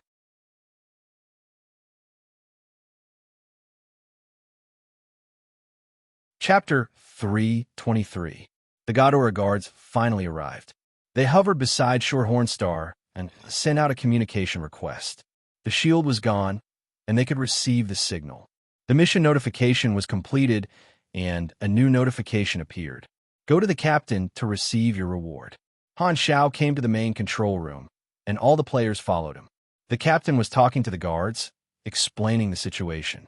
The captain knew that the scavengers were all taken care of, so he asked about the details. The scavenger attack was only a small security problem. Since the tour group was safe, they only needed to record what happened and record it in the duty log. Although he had met his compatriots, Kurlad was very obedient. He stood beside Han Xiao and played with his braids. The call ended, and the guards left. The captain turned on the radio again and announced to the whole ship, "The crisis has been resolved. Sorry for the shock. Shorthorn Star will go directly to U-Bailey Hub for repair." Everywhere in the spaceship, the passengers who survived cheered and hugged each other. They were very touched. After turning off the radio, the captain finally had time to thank Han Xiao and the others. He said with gratitude, "Thank you very much for your help. I still don't know your name." Han Xiao. The captain repeated it a few times and confirmed that he had never heard of this name before. He was not a famous mercenary or warrior. "I will fulfill my promise. You will all get a reward." Lurden coughed. The captain hesitated and said, "Green Knight, your reward will not be small either." Although Lurden ran away halfway, he still fought. Lurden nodded. Han Xiao raised his eyebrows. The name Green Knight triggered some of his memories. Like a flash of lightning, he frowned and thought for a while. Then, he began to recall some information. Generally speaking, the details that he remembered were valuable. "Green Knight, Senil race?" Han Xiao mumbled. This race seemed to have a storyline. The reward from the captain was a transfer. All the players who had accepted the mission had a share of it. After they registered their own accounts, the captain transferred all the money to them. Everyone received 1,500 anas, which was equivalent to half of Kurlad's annual salary. It was very generous. How Tian and the others were not online at the beginning, so they did not accept the quest. At this moment, they were extremely envious, and their resentment was about to condense into clouds. Although the Shorthorn Star travel group was of a lower class, it was still a financial group. They had managed to secure the Shorthorn Star, which was a priceless travel ship. The extra 8,000 anas given by the captain was a personal request that belonged exclusively to Han Xiao. Han Xiao's account balance had increased to 10,000 plus, which was more than 10 times his original amount. His heart was filled with joy. This was the first bucket of gold he had earned in the interstellar space, and the amount was not bad at all. He had more than enough starting capital. The players all received their money, and Han Xiao was also very happy. These players had received the universal currency, which meant that he would have more money to spend. He would find an opportunity to sell their items and pay with anas, and he would be able to earn another sum of money. If he was the only one who accepted the mission, he would only receive a fixed amount of money. The player's participation would indirectly increase his profit by dozens of times. The money in the player's pockets was equivalent to Han Xiao's little treasury. The regional reputation system was a new function that appeared after the players entered the interstellar space. The universe was huge, and the players were active in different regions, doing missions and deeds to accumulate their regional reputation. The regional reputation system was linked to the initial relationship between the organizations in the region. If one's reputation reached a certain level, they would receive legendary points. This was a specific way to obtain legendary points. The bigger the region, the harder it was to accumulate reputation. Han Xiao had left a good impression on the financial group behind him by protecting the Shorthorn Star. This was a small deed that could be written into his resume. Regional reputation was a good thing. When dealing with organizations, accepting missions, and so on, there was a reputation requirement. The higher the reputation, the higher the level of contact, and the better the rewards. The reputation system was a key function. In Han Xiao's previous life, many players were willing to do anything to increase their reputation. In the past, Han Xiao's business also included quickly gaining popularity. As the saying went, destruction was easier than construction. Good things never left the house, but bad things spread far and wide. Usually, after he gained popularity, his employer's account would be wanted by more than half of the organizations in the area. No way. After settling the payment, Lurden turned around and left. Han Zhao's eyes flashed, and he stepped forward to stop Lurden. What's the matter? Lurden stopped. He had a deep impression of Han Zhao and was a little surprised that he stopped him. Han Zhao's eyes turned, and he coughed. I caught the leader of the boneless birds, called Serpent Braid. I'm going to exchange him for the bounty, but I just checked. I have to go to a galaxy far away, and I don't want to go that far. How about I sell this hostage to you? Lurden was stunned. He thought about it and said, Okay, no problem. Serpent Braid's bounty is 3,500 anus. Transfer the money to me. Lurden frowned. You don't want the full payment, do you? That's impossible. I have to go very far to get the bounty, and there's a cost. I can't earn anything, so why would I exchange? How much do you want to pay? 1,500. Why don't you just rob a bank? Han Zhao smelled a trace of the same industry. His eyes turned serious, and he slowly said, 3,000. 1,800. At least 2,900. 2,000. The two of them haggled for a long time. Lurden was very stubborn when it came to money, and he would not let go of even a small profit. He was obviously a cold person, but now he was arguing so hard for a 2-digit amount of anus. After arguing for a long time, they finally settled on the price. Lurden paid 2,501 anus for Serpent Braid. This extra point could be considered Han Technician's victory. After negotiating a business deal, Han Zhao felt that he had gotten to know Lurden. His eyes flashed, and he said, Do you know the reason for this attack? Lurden shook his head and said, You look like you know the inside story. Han Zhao smiled, stared at Lurden's expression, and slowly said, These scavengers were hired by Darkstar to capture that Godora guy. How unlucky, don't you think? When he heard the words Darkstar, Lurden's pupils constricted, and his eyes subconsciously changed. A deep hatred and anger flashed through his eyes, as if he had thought of something bad. Oh, I know. Lurden finally took a deep breath, calmed down, and said goodbye with an expressionless face. Han Zhao smiled, pointed at Lurden's body, and said, I'm a mechanic. If you don't mind, I could do a simple repair for you. Lurden stopped in his tracks. For free? Hee hee. Our relationship is not at that level yet. I only need a service fee. I think 5 anus is not bad. Then never mind. Nice to meet you. Goodbye. Lurden turned around and left. Han Zhao was speechless. TSK. Not even giving me $5. So stingy. Kurlod came to the side, shook his head, and sighed. Sigh, Sunil. It's understandable for them to be so greedy. I know. Han Zhao nodded and thought to himself. He had purposely talked to Lurden not only to sell the bounty criminals, but also to get to know Lurden. Ever since he remembered who Lurden was, Han Zhao had a new idea. Sunil, this race existed in the Garten Star system, and there was a very good solo storyline. Originally, he would only be able to come into contact with it in the later versions, but after testing Lurden, he could confirm that this storyline existed at this point in time. He clearly remembered that there was a chance to obtain a very rare subclass in the Sunil storyline. He was currently stuck at the requirements for class advancement, and he needed a subclass. This was a very important part. Furthermore, this storyline had a protagonist-type character, and Han Zhao was very interested in protagonist-type characters. This was related to another blueprint that he was about to implement. One of the goals of entering the galaxy was to seek growth.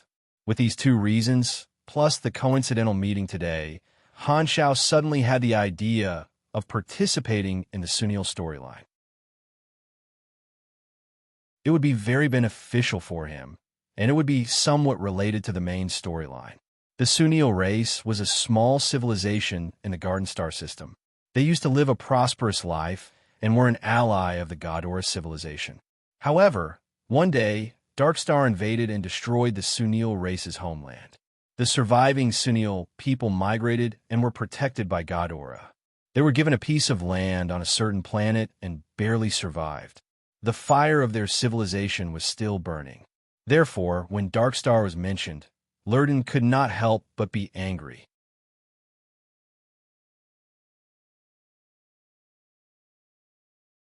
Chapter 324. After the scavenger attack, Shorthorn Star did not stop midway and headed straight for Ubarely Hub. A few days later, a floating steel fortress appeared outside the porthole. Ubarely Hub's futuristic design, coupled with countless stars in the distance as its background, gave it a creepy yet mysterious aura. Spaceships docked and departed from the space station, leaving colorful trails of light in space. From afar, there were thousands of colorful trails around the space station. Although it was silent in space, it gave off an inexplicable lively atmosphere, like fireworks blooming in the night sky. The beauty of civilization was nothing more than that. Opening the local channel on the communicator, countless local calls appeared. Every spaceship was applying, and the hub was officially dispatched. Different languages, voices, and mechanical sounds mixed together to form a unique symphony. The bustling atmosphere was completely different from the silent appearance. Shorthorn Star slowed down and slowly approached Ubarely Hub. As they got closer, the space station gradually enlarged in the porthole and soon occupied all the space. It was then that they realized how huge this space fortress was. Shorthorn Star, which was the size of a small city, was like a soybean compared to a watermelon when compared to Ubarely Hub. The players who were seeing it for the first time had looks of shock and amazement on their faces. The incomparable shock struck deep into their hearts. In front of this space station, everyone deeply felt the feeling of insignificance. So big. It's like a planet. So this is the sea of stars.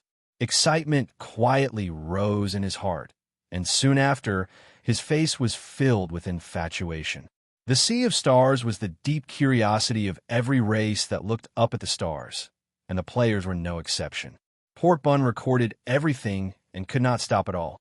He wished he could open a few more shots. Han Xiao was used to this, so he was very calm. He stroked his chin and pondered. Entering Ubarely Hub was the first step to officially embarking on a galactic journey. Ubarely Hub was a transit station and also a huge communication center. Many organizations had offices there, and it was also the gathering and distribution center of the Colton Star Cluster. It could even be considered a transportation center. It had a lot of functions, and it even had long-term rentals for people to stay in. In Han Zhao's plan, Ubarely Hub was an important place for the first phase of the operation.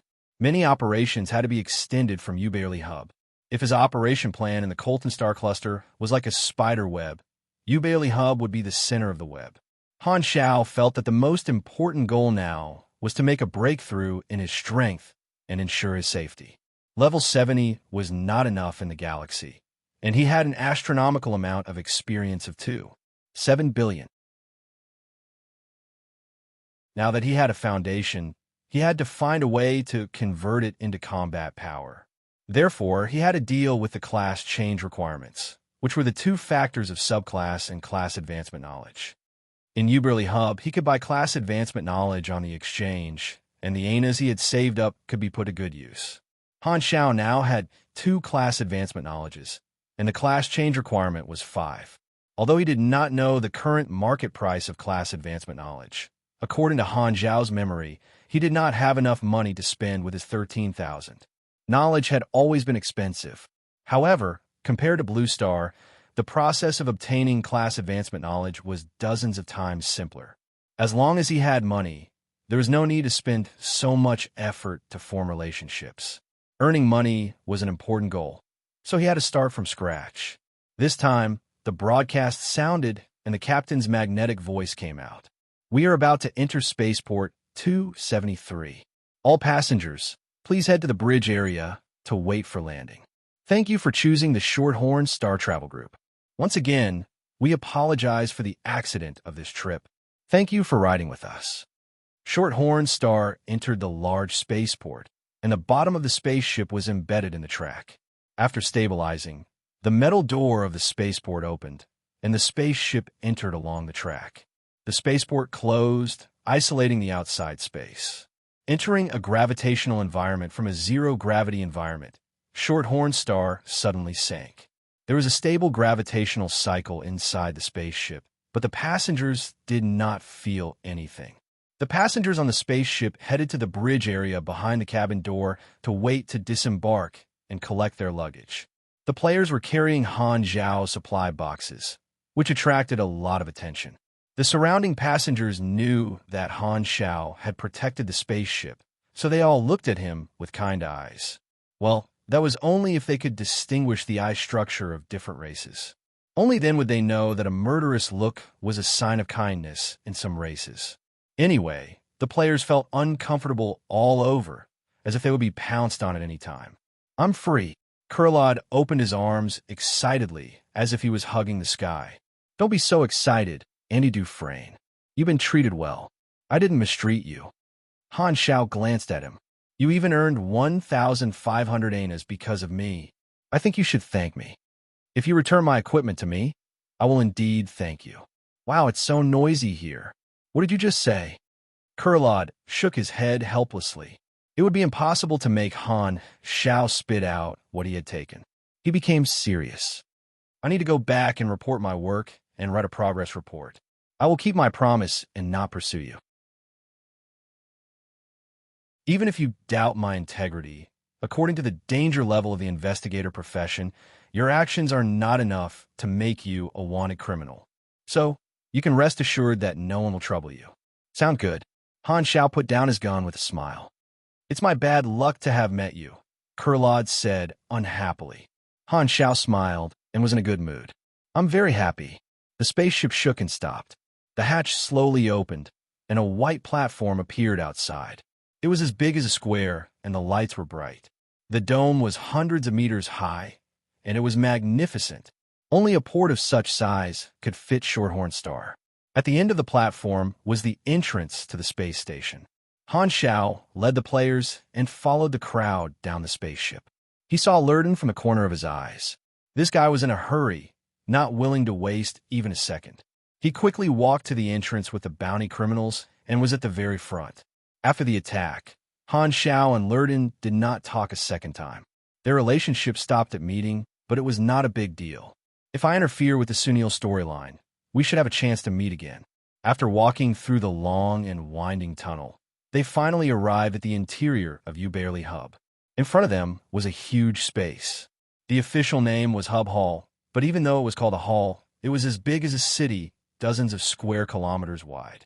At the end of the Hub Hall was a huge curved window that looked out at the space outside. Han Zhao and the others came in from the entrance near the window.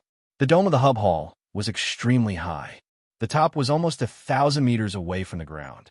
In the center was a white tower that connected the dome. With this tower as the center, the surrounding buildings that were hundreds of meters high rose from the ground and extended out in a circle. The shapes of the buildings were different.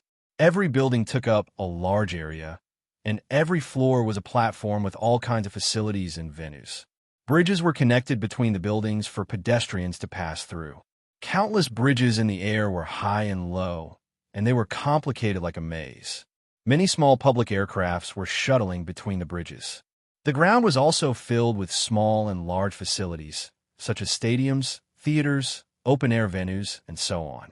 Different races talked to each other, and the aircrafts flew by in the sky. It was very lively. The players felt like they did not have enough eyes. This feeling was like flowers in the sky, cows and sheep could be seen in the wind, and apes were crying on both sides of the river. A group of white herons flew into the sky. In short, they were so excited that they could not speak properly. The Hub Hall has many functions, and it can be divided into more than a dozen areas. There are restaurants with all kinds of civilizations that serve all kinds of weird food, shops that sell clothes and equipment, and places for leisure and entertainment, such as theaters, bars, racing activities, sports, and gambling. There are also places for supers to train, gravity rooms, combat simulations, meditation rooms, machine modification workshops, offices that provide part-time jobs, such as authoritative organizations like the Universe Mercenary Alliance and the Magician Society. There are also financial groups and organizations that hire people, online exchanges in the Star Cluster area, shipyards that repair and build spaceships, and so on. Han Zhao's memory flashed past. Basically, this place could satisfy all his needs temporarily.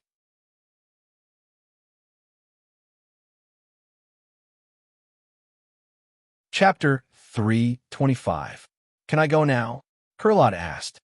He had promised that he could leave as soon as he arrived at Uberly Hub, so there was no need for him to go back on his words. Han Zhao's eyes flashed, and he had a new idea. Kurlod was an investigator who had logged on a Blue Star before, and he was also a Blue Star citizen. Maybe he could tell him about the mutation disaster. There's something I want to tell you. I hope you can write it in your report. I'll say this first. I'm a professional investigator. I won't write false information. Kurlod was confused. You're the only one who's professional? If that's the case, pigs can jump into the ditch. Han Xiao was speechless for a while before he put on a serious expression and said, Blue Star is shrouded in shadow. I have a feeling that a disaster from space will sweep across that poor planet. I hope you can emphasize this to the investigation department. If you still want to send investigators to Blue Star, I suggest that they look for clues carefully. They should be able to find some clues. Kurlod did not seem to care. I'll write it in my report. Han Xiao was not sure if the mutation disaster had arrived yet. If the source of the mutation disaster was so easy to find, it would not have been a disaster in the previous version. The chances of Ghidorah taking his suggestion seriously were too low. However, Han Zhao's intention was not to let Ghidorah find any clues. He was just taking precautions. When a mutation disaster really happened on Blue Star, Ghidorah would remember this report, and he would be able to get in touch with Ghidorah. Kurlod was a potential communication medium. All right, you can go now. We'll meet again, Han Xiao suddenly said. Remember to take a step with your left leg first. Kurlod was confused. He waved his hand and said goodbye. After thinking for a while, he walked away with his right leg. Han Xiao smiled and said, Hee, so obedient. After teasing Kurlod, it was time to get down to business. There were many opportunities in Uberly Hub, and Han Xiao had an impression of many of them. However, the most important thing now was to rent a lounge and store the supply boxes. He would be staying in Uberly Hub for a while, so he had to rent a stronghold so that the players wouldn't know where to gather. Also, the lounge could be tied to the login and log-off points. The lounge was located in the central White Tong Tian Tower. Han Xiao and the others boarded a small public aircraft and flew for a while before arriving at the destination. This type of aircraft was a means of transportation, and it was very easy to control. It was shaped like a small flying saucer, and the 4 holes at the bottom were anti-gravity devices, shining with a faint blue light. Han Xiao was used to it, but to the players, it was a new experience. Everyone became curious, looking left and right. The 3rd floor of Sky Split Tower was the hub's official office.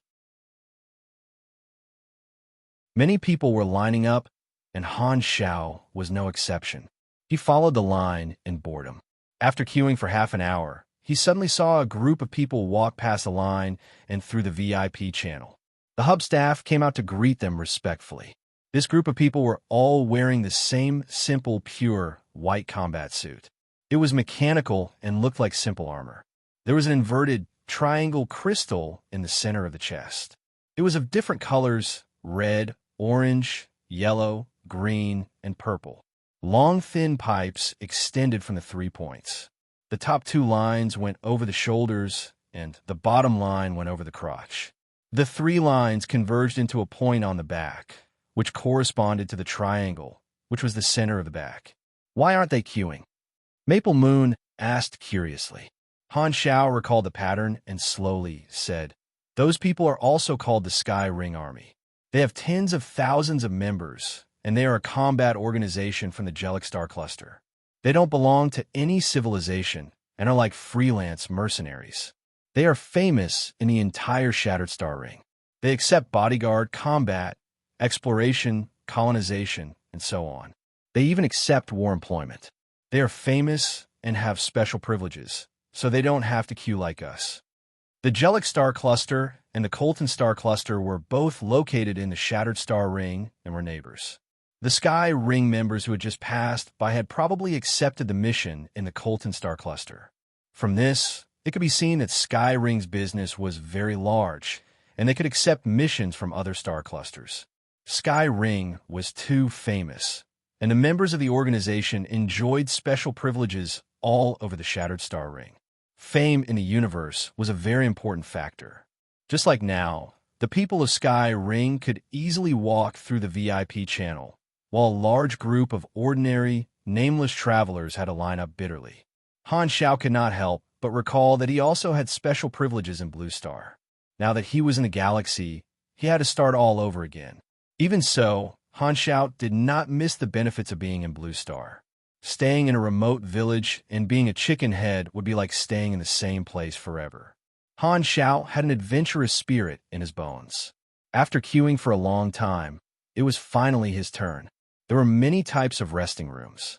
Han Xiao had enough money and rented a medium-sized resting room with a warehouse. The space was large enough to accommodate dozens of people, and the cost was only 40 annas per month. The resting room was located in a nearby building. Han Xiao quickly found the door of the resting room, according to the door number. He used his authority to open the door, and the heavy metal door slid open, revealing the entire interior. It was simple in style, and the space was large enough.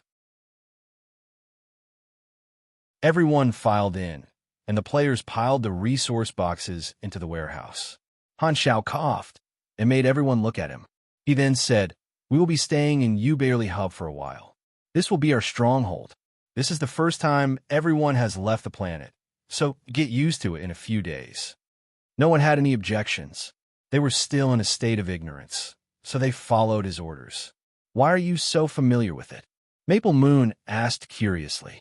"Isn't this your first time leaving the planet?" Han Zhao's deeds in the Blue Star had left the players with the impression that he was a native of the Blue Star, but ever since he entered the galaxy, he seemed to be very familiar with it. Most of the players did not notice, but only Maple Moon noticed this detail. Han Xiao thought for a while and said coldly, "As you know, my eyes can see the future. Although this is my first time in the galaxy, I can see many things that are far away. More importantly," Han Xiao took out his communicator and waved it. "I have this." Maple Moon suddenly felt that she had asked a stupid question. She pouted, and her face was gloomy. Han Xiao took out a book of the rules of Uberly Hub, placed it on the table, and said, "You guys take a look at these rules first. Don't break the rules and get caught by the guards. I have something to do. You guys stay here and don't move." Uberly Hub had guards to maintain law and order. Crimes were not allowed, and those who broke the rules would be caught. The players all gathered to read the rules. Han Xiao left the lounge alone and headed to the market. He had some extra money on hand, so he wanted to buy a class advancement knowledge first.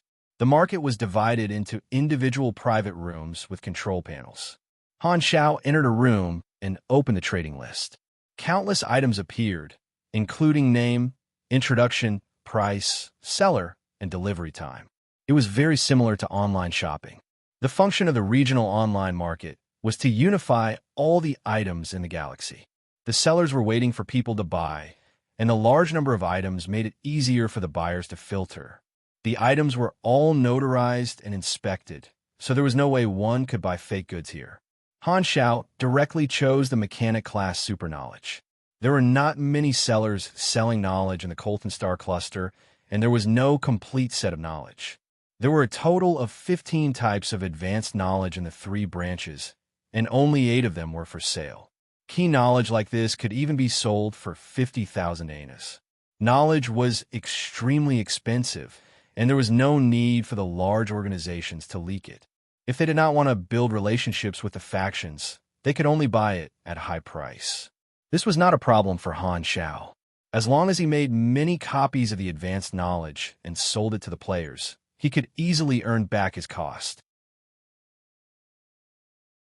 In order to make the players buy his advanced knowledge obediently, he only needed to set the price slightly lower. Not only would it increase the favorability of the players toward him, but would also generate considerable profits, forming a virtuous cycle. Unfortunately, this was an ideal situation. The limiting condition was the spending power of the market, and the players were this market.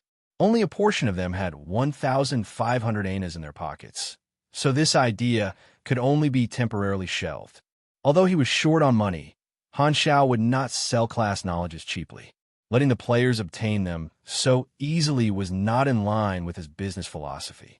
Therefore, not only did he have to become rich, but he also had to make the players become rich. The rich first would drive the rest to become rich and build a well-off society. After searching for a while, he could only afford a borderline advanced knowledge, priced at 11,000 anus. As the name suggested, this advanced knowledge was mainly about detection and reconnaissance. It was a supplementary knowledge for spectra, radiation, wavebands, and so on. It's better than nothing. Han Xiao had no choice. He confirmed the purchase and connected with his personal communicator. The screen showed that the information was being transmitted, and the number in his account started to roll. In the blink of an eye, only 2,000 annas were left. Han Xiao's eyes were filled with tears. It's back. Everything is back. This is the feeling, the excitement of playing the mechanic class in my previous life. Every time I spend money, my blood pressure will rise to the maximum. Poverty makes me happy.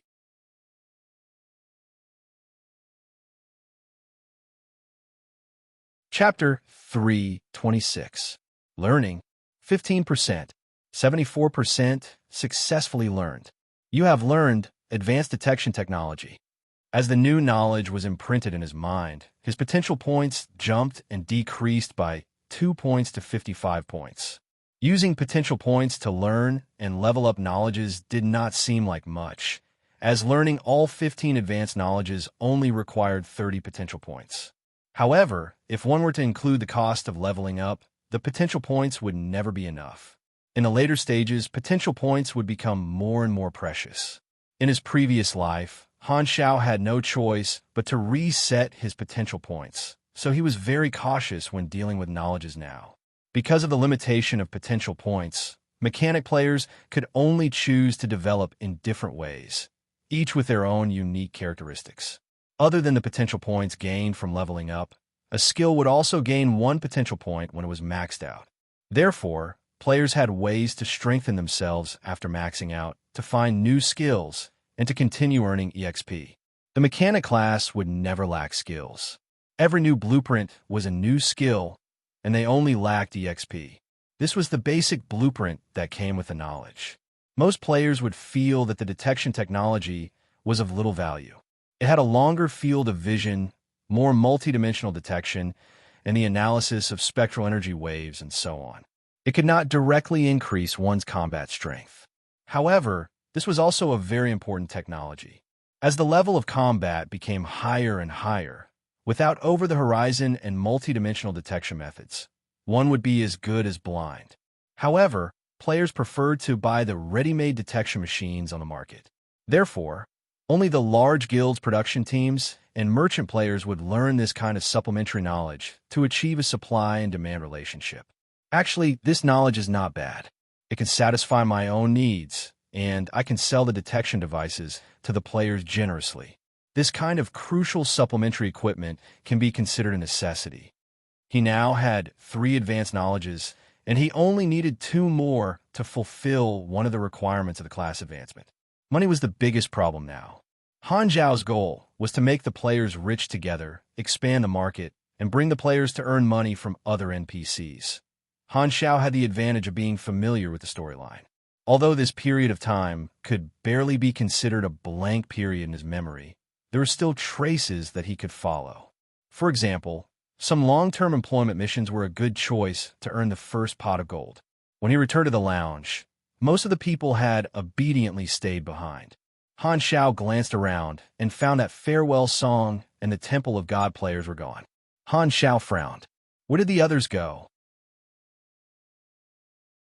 Pork Bun explained. They said they're going out for a walk to familiarize themselves with the environment. They'll be back soon. Han Xiao narrowed his eyes. Bulsh asterisk T. How could he not understand this group of people? It was just that they had come to a new environment full of opportunities, so they couldn't wait to get in touch with new people and trigger quests. That was why they had completely ignored his instructions. Most of the players were mercenaries, and this was understandable, especially the professional players. However, if he couldn't even sit still for such a short period of time, it was obvious that he couldn't resist the temptation of the colorful world. This was also a hidden danger that Han Xiao had thought of long ago. As good opportunities continued to appear, it would gradually dilute the thoughts of these players following him. They would start to become restless and want to join more profitable factions. To ensure that the players would follow him firmly, Han Xiao had already prepared a plan in advance. Now was the time to implement it. Follow me. It's time to work. Han Xiao turned around and walked out the door. The players followed behind him. The group came to a large building. Inside was a square-like hall. Various races were either sitting or standing, coming and going, chatting with each other. They all had one thing in common. These people were all wearing combat equipment. Basically, they were all supers. What is this place? The players looked around. Han Xiao slowly said, "The Universe Mercenary Alliance is an authoritative, neutral mercenary organization. Its business covers the entire galaxy and is jointly led and established by the three universal civilizations. It is absolutely neutral, and any intelligent creature can register as a mercenary. The Mercenary Alliance classifies the registered mercenaries and connects them with the mercenaries of various difficulty missions. It coordinates supply and demand, allocates human resources, and provides convenience for both parties. The Mercenary Alliance has a very long history, and it is absolutely neutral like the Universe Bank. It protects the rights of both employers and mercenaries and does not force the mercenaries to do anything. It is just a supply and demand platform." He also knew that the Mercenary Alliance's original intention was to give supers something to do. They could use their own abilities to earn money and let supers vent their energy so that they would not cause trouble everywhere. As the saying went, martial artists used martial arts to break the law. Supers were strong individually and were a threat to public security. The Mercenary Alliance's effect was very obvious. Not only did it give supers a free job, but it also indirectly maintained the stability of the region. Both parties benefited from each other. However, there was no need to tell this to the players. The players suddenly understood.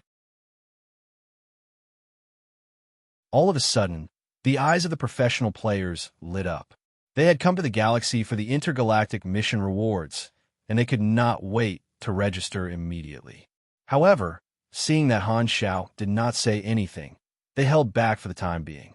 Metal balls the size of a fist floated in the hall. When a mercenary waved his hand, the ball would automatically fly over. Then, the center of the ball would crack open and light up, forming a virtual screen. This was an automated terminal that allowed the mercenaries to do their own business. Han Xiao took a small ball and turned on the operation screen. "Please enter your mercenary account and log in," the ball said in a mechanical voice. Han Xiao clicked on the registration button.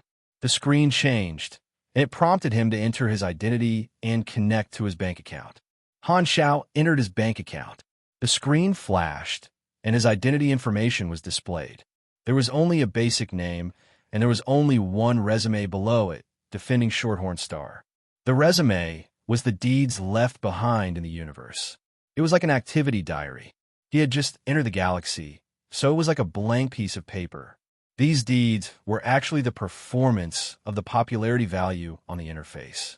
However, some deeds without witnesses might not be recorded in the resume. However, the popularity system on the interface was different. Even if there were no witnesses, as long as the rumor spread, the value would increase and the fame would be digitized. Mercenaries needed a code name. Han Zhao's nickname in Blue Star was Black Phantom, which did not seem to be very impressive. Han Xiao decided to change to a new code name to increase the freshness of the players.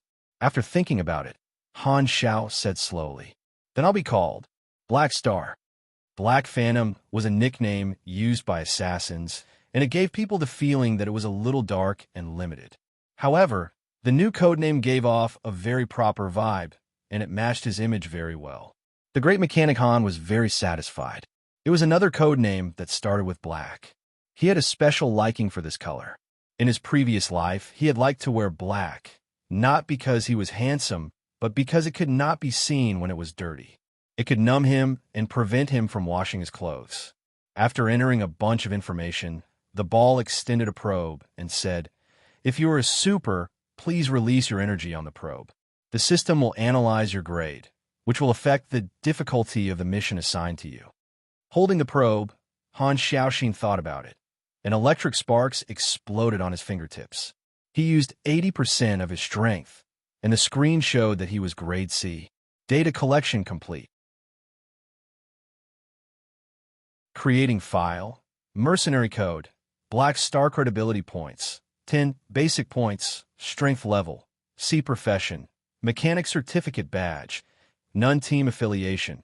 None overall evaluation. New mercenary.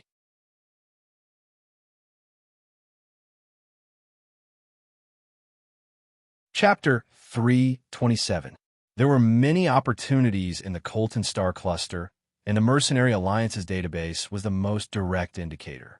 Han Xiao had the advantage of being familiar with the storyline, so he could pick the missions that he was familiar with. Becoming a freelance mercenary was a very good choice. He could earn money and come into contact with various organizations through missions. It was a free path to promotion. However, Han Xiao's plan did not stop there. What he was going to do next was the real focus. There was an option on the mercenary interface that said build a mercenary group. Han Xiao clicked on it without hesitation. Do you want to build a mercenary group? As the name suggested, a mercenary group was a small team of mercenaries that could accept missions with a certain number of people. Furthermore, the mercenary group had a rating system, and the actions of the members would be recorded. Missions completed by individual members would also be counted into the mercenary group's rating. Similarly, if a member did something negative, it would also affect the mercenary group's credit rating. Han Zhao's mercenary resume was blank, and so was his mercenary group. The Sky Ring Army was a super-large mercenary group that accepted large-scale missions. Their business was very wide, and countless members contributed to them. They had a very high reputation. As long as they did not have a criminal record, anyone could build a mercenary group. One person could only build one mercenary group. Unless the original mercenary group disbanded, a new one could not be built. Please fill in the name of the mercenary group. After thinking about it, Han Xiao simply named it Black Star Mercenary. After confirming the creation, the interface changed from the personal interface to the mercenary group interface. Han Zhao's goal in building a mercenary group was this group of players. This was a group of ready-made coolies, no warriors. Being a mercenary was a dangerous profession, but the players could be revived and would not suffer any losses. This was a good opportunity to take advantage of the players' natural advantages. With such hardworking members, it would be much easier to develop. The players were the best help. Let the players join my mercenary group, and we can form a faction. Han Zhao's eyes were deep, and the corners of his mouth curled up slightly. Building a faction was an extremely core part of his plan. He wanted to be on the same side as the players and tie the players to his war chariot. This would increase the cohesion of the players and greatly reduce the chances of the players leaving. This was the plan that Han Xiao came up with in advance. It was also a step forward in his relationship with the players, from a purely beneficial relationship to a higher level, and he had truly become one of them. Think about it. If he were to establish a mercenary group, the initial members would all be professional players. This in itself would be a gimmick that would attract the attention of many players. Then, he would use rewards to attract professional players to work hard. As the mercenary group grew stronger, they would think that it was his own work. It emphasized that the contribution of players could promote the growth of the faction. Players would feel that their struggle for the faction was meaningful, and they would view the faction's achievements as their own. From there, they would feel a sense of satisfaction, accomplishment, and belonging. Do not underestimate the sense of belonging. This kind of thing would become feelings after a long time of nurturing. The killing power of feelings to players was not just a little scary. It would cultivate fanatical loyalty. For most players, the game was for fun, adding in role-playing elements, allowing players to choose a faction and adhere to their ideals. This would bring a strong sense of immersion, and this kind of gameplay would attract players. Everyone had a burning passion in their heart. They had a vision of loyalty, and they had heroic fantasies of dying for a certain faction. However, in the so-called reality, these feelings were suppressed by rationality. In the game, there was a chance to release these feelings, and there were no consequences. What Han Xiao wanted to do was to draw out these feelings in the hearts of the players and attach them to himself. Han Xiao wanted to build his faction into the hope of the players, and Han Technician himself would lead the faction, perfectly blending into the players and becoming the leader in the hearts of the players. As the faction grew, Han Xiao would be able to obtain more benefits. He could obtain good things and use them as rewards to attract players to contribute to the faction. It would enter a virtuous cycle, and a large number of players would become his support. The mercenary group was the initial stage of the plan. Through Pork Bun's show, he would constantly make his presence known and entrench his position. When more players enter the galaxy in the future versions, as long as he raised his arm and shouted, there would definitely be players who would want to join him. Of course, this was only the theory. The actual operation was more complicated, and it would take a long time to take shape. However, once it was successful, it would become the brand of a generation of players, just like WoW's Alliance and Horde, which would last for a long time. This was Han Zhao's grand blueprint. You guys register as mercenaries and join my mercenary group. I will take care of you. Han Zhao's tone was full of temptation. Mad Blade did not hesitate and was the first to do so. He had always followed two principles. First, there would be meat to eat if he followed Han Xiao. Second, everything Han Xiao said was right. The players joined one after another, and Han Xiao watched with a smile on his face. It was like watching seeds being planted in the soil, taking root, and germinating was just around the corner. The screen quickly changed to a new interface. Black Star Mercenary Credibility, 10 size, 47 people grade C, 47 people missions completed, 0 active area, none experience, none founder, Black Star, Han Xiao creation date, Galaxy Calendar, Year 688, October 2 summary, trainee mercenary group, small in size, average strength of members, no obvious advantages. A mercenary group was newly established and unknown. There were 3 criteria to judge a mercenary group: size, strength, and credibility. The first 2 were the screening criteria for matching missions, and credibility was equivalent to the level of the mercenary group. Only by completing missions could one accumulate credibility, which represented the reputation of the mercenary group. Many employers had requirements for the credibility of the mercenaries. If the credibility was too low, the employer could reject the mercenary who applied for the mission. Credibility was also equivalent to fame. Of course, the profile would not show a more abstract value like fame, but the reputation system on the interface had digitized the fame of the mercenary group, and only Han Xiao could see it directly. Li Gu and the Temple of God team were not present. They were the only ones who did not join, and Han Xiao was a little dissatisfied. At this time, a notification suddenly appeared on Han Zhao's interface. Faction creation. Black Star Mercenary Faction Management function activated. A new option appeared in the NPC template, Faction Management, right next to Dungeon Creation. Just as I thought, Han Zhao's eyes lit up, and he was pleasantly surprised. Ever since the Dungeon Creation function appeared, he had been thinking about what other functions were hidden in the NPC template. Faction was obviously a very common function, but he had not triggered it for a long time. Therefore, he guessed that he was attached to the darknet, but the boss was Bennett, so this function had not been activated. He was 80% sure that only when he created his own faction would the interface show feedback, and he guessed right. If the interface did not show any reaction, he had planned to use his love to create a faction. Now that he had the system management of the interface, it was very beneficial for his faction development plan. Han Xiao quickly entered the faction management interface to familiarize himself with the function.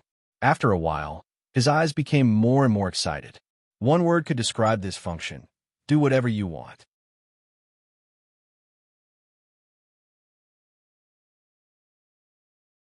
Chapter 328. The interface of faction management was the most complicated one among all the NPC templates. There were many options, and he could do all the functions of a normal faction, such as faction relationship, contribution points, and finally issue faction missions. However, there was a limit to these functions. The reward limit for an individual mission was determined by one's level, grade, faction relationship, and legendary points. However, the faction limit was an independent system with 6 factors. Faction reward limit, 92,000 leader level, LV 70, plus 56,000 officers, none NPC, dash 47 players, plus 20,000 to 2 renown, plus 4,000 legendary points. Leader 3, plus 15% allies or enemies. None the faction limit was used to issue faction missions. 92,000 was the maximum limit for a single mission, and the daily limit was 20 times, which was much higher than the 5 times for an individual. Furthermore, officers, legendary points, and renown would increase the daily limit. Currently, his renown was too low, so it was not shown. However, as the leader, Han Zhao's 3 legendary points had increased by 6 times, which was equivalent to 2 times of 1 point. The daily limit was 26 times for now. 26 times meant that he could give 2,400,000 EXP to players in the same faction every day. However, if he split it evenly among more than 50 people, each person would only get 50,000 EXP per day, which was obviously not enough for players of this level. The limit mainly limits the scale and expansion speed. This is just the newly established limit, so there's still a lot of potential for growth. Han Xiao was very confident. He analyzed the points one by one. First, there was no need to talk about the leader level. The stronger he was, the higher the limit. Officers had to be NPCs, and if NPCs of different levels joined the faction, it would increase the limit. This made Han Xiao even more determined to get in touch with protagonists. The scale would count the players, and the increase would be similar to energy level. When the number of players reached a certain standard, the next limit would be increased. For example, the next limit would be a scale of 100 people. Fame was different. It was the same as the reputation system, but there was a small difference. The fame of the faction was the sum of the reputation in all regions. For example, the Garden Star system had 10 points of fame, and the Jellic Star Cluster had 5 points. Adding up to 15 points, that was the sum of the faction's fame. Legendary points had a percentage increase to the limit, and the benefits were very high. Furthermore, it was not only the leader who had legendary points, which would also increase the limit. Therefore, the benefits of recruiting NPCs were very high. Finally, there was allies and enemies. This was a relationship between one's own camp and other camps. It was equivalent to diplomacy. Apart from faction quests, it could also manage the player's faction relationships, contribution points, and so on. Han Xiao was extremely satisfied with this function. A lot of data could be seen at a glance, and there were more ways to attract players through the interface. When Han Zhao's faction was created, the players also received a notification on the interface. You have joined Black Star Mercenary. Current relationship, cold, 0/300. The players were used to it. To them, it was normal for a faction notification to appear. A player's name appeared in Han Zhao's faction management list. His eyes flashed as he sent a notification to the player. You are part of the first batch of Black Star Mercenary members. Plus 300 contribution. Current relationship, neutral, 300/1000. There are such benefits? Our relationship is now neutral. The players were pleasantly surprised. They hurriedly looked at the faction interface. Faction relationships were also contribution points that could be used to exchange for rewards. They wanted to see what the Black Star Mercenary could exchange for. As soon as they entered the faction reward interface, a dazzling array of items appeared. Many of them were items that were sold in Han Zhao's own shop. He had transplanted them into the faction reward interface. Furthermore, he had also put in some good items that were not for sale. For example, the 2.5 Ranger required 1,500 contribution points. The small collapsible battery required 1,200 contribution points, and the first version of the Viper mechanical suit required 6,000 contribution points. These items were equivalent to drawing a pie in the sky. They had been used many times, but they were always effective. Good stuff. Godly equipment. The players were instantly excited. These items could not be bought. The first time they appeared in front of the players, the effect was very shocking. The mercenary group has just been established, Han Xiao said. Our credibility points are still very low. Only by increasing our credibility points can we accept missions with higher rewards. We are now partners. The future of the mercenary group depends on everyone's hard work. Then, he showed the players the size of the faction on the faction interface, indicating that the growth of the faction would increase the mission rewards. He did this to let the players understand that their own contributions could promote the growth of the faction, and it was closely related to the amount of rewards they would receive to increase the sense of immersion of the players. Such a series of punches made the players dizzy. Then, Han Xiao turned to look for Sunil's employment applications. For the sake of his subclass, he decided to be the first to accept Sunil's missions. Very soon, he found a few missions, but the recruitment requirements were at least 120 credibility points. 120 points? Han Xiao stroked his chin. If he had followed the normal route, he would have been able to accumulate 120 points by doing a few combat missions. However, he decided to do those missions that required at least 1 credibility point. Daily missions were safe and easy, but they were more time-consuming. However, the players were already made, so it would be a waste not to use them. He immediately used the new function to write a faction mission for the players. Faction mission, credibility criteria, mission introduction. The Black Star mercenary has decided to accept a mission, but it does not meet the credibility criteria. You need to increase your credibility points. Note, this is the prerequisite mission for the first mission. Mission requirements. Accept the daily mission in the hub hall and achieve 120 credibility points for the Black Star mercenary. Reward: 45,000 EXP, 300 faction contribution points. Note, the top 3 credibility contribution points will receive additional rewards.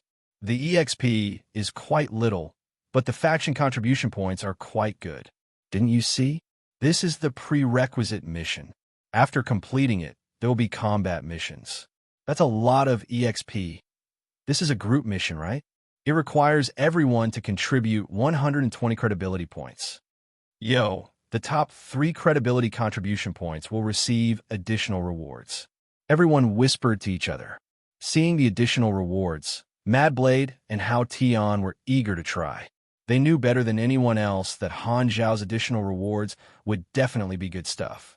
The mission only required them to do daily missions in the hub, which would only give them at least 1 credibility point. They were all cleaning, logistics, and maintenance jobs. The good thing was that they would not leave Ubarely Hub. With more than 50 players working together, they would accumulate credibility points very quickly. Han Xiao was not worried at all. Furthermore, the mission itself would also give the players rewards.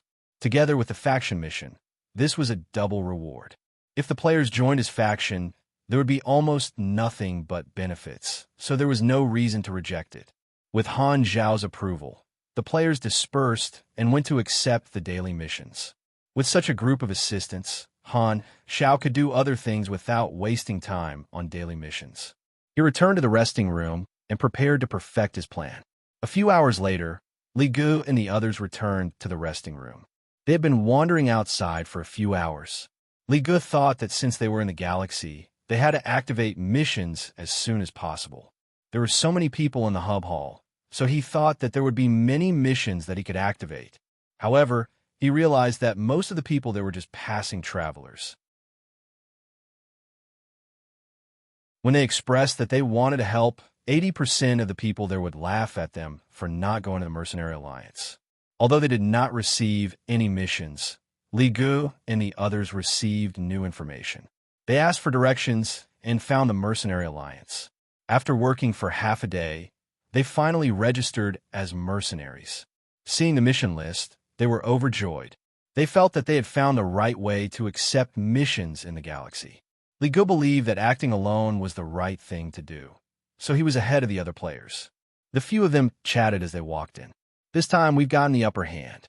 Should we tell the others about the mercenary qualifications? Li Gu shook his head. This is an opportunity that we found.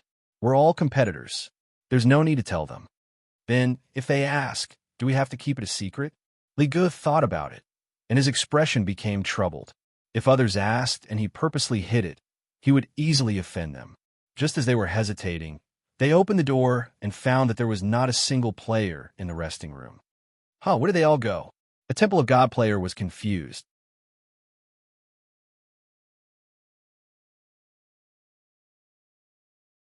Chapter 329. They turned around and saw that Han Xiao was the only one left in the lounge. He was sitting on the sofa and playing with his communicator. He raised his head and glanced at them. You guys are back. It's just you guys. Unravel is the fastest to update. For more information, please visit. Ligo was confused. What do you mean? Everyone else has registered as mercenaries and joined my mercenary group. What about you? Ligo was stunned. Could it be that the others had already obtained the qualifications to be mercenaries? Then wouldn't all their efforts be in vain? What was a mercenary group? A bad premonition arose spontaneously. We're already qualified to be mercenaries, Li Gu said honestly. Han Xiao raised an eyebrow and gave him a quest. Join the Black Star Mercenary. Li Gu and the others had nowhere else to go, so they accepted the quest immediately. They then went back to the mercenary hall and joined the mercenary group. Following that, they triggered the mission that the other players had already accepted. When they saw the faction introduction and the mission requirements, they widened their eyes in annoyance. Li Ji's expression darkened. This was supposed to be their privilege, but because they had acted on their own accord, they had been left behind by the other players. Thinking about how his teammates had been so smug earlier, he felt humiliated. Not only had they wasted their efforts, but they had also fallen behind in the mission progress. After asking the other players, Li Gu realized that while the other players were rewarded with an extra 300 contribution points for being the first batch of players to join, he was not. It was too late for regrets. He might as well have stayed obediently at the start. What was the use of running around randomly? Could it be that they understood the galaxy better than Han Xiao? Li Ji's sad story was spread by the other players, and they couldn't stop laughing. They were even more determined to follow Han Xiao. Han Xiao was indeed a guiding light. They didn't know much about the galaxy, so following Han Xiao would definitely bring them the most benefits. It was much more efficient than trying their luck everywhere. With the efforts of the players, the mercenary group's credibility points accumulated bit by bit. Latest update, Han Xiao rented a machinery modification room and gambled on blueprints a few times with new knowledge. He used the materials brought by Blue Star to create an independent combat helmet called the Sin-A carbon-based biological detector helmet. It contained multi-layered detection and could scan for life signals within a few kilometers.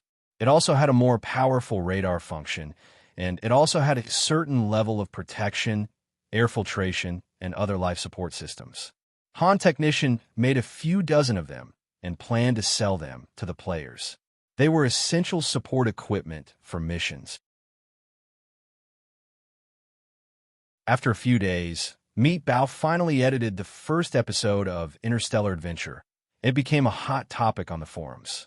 Galaxy Adventure Log, Black Star Chapter 1. The title of this episode had already indicated that this was a new series. The opening scene was changed to the cosmic scenery of Shorthorn Star and Uberly Hub, as well as various strange interstellar species. A few minutes after it was released, there was already a large number of viewers. The Black Phantom series that Meet Bao had done before had already accumulated a solid fan base. His new series was highly anticipated when it was announced. It was the first show to enter the galaxy, and the audience was not only the Blue Star players, but also the foreign players from other novice planets. The number of viewers increased by a few times, and in just 10 minutes, it almost equaled the highest number of viewers of the past episodes. Meet Bao was extremely popular this time.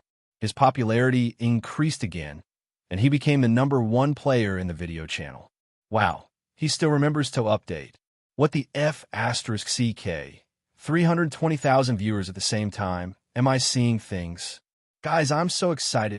My foreign friends, let me see your hands. Meet Bao's face appeared on the screen, and he started his usual opening with a despicable tone.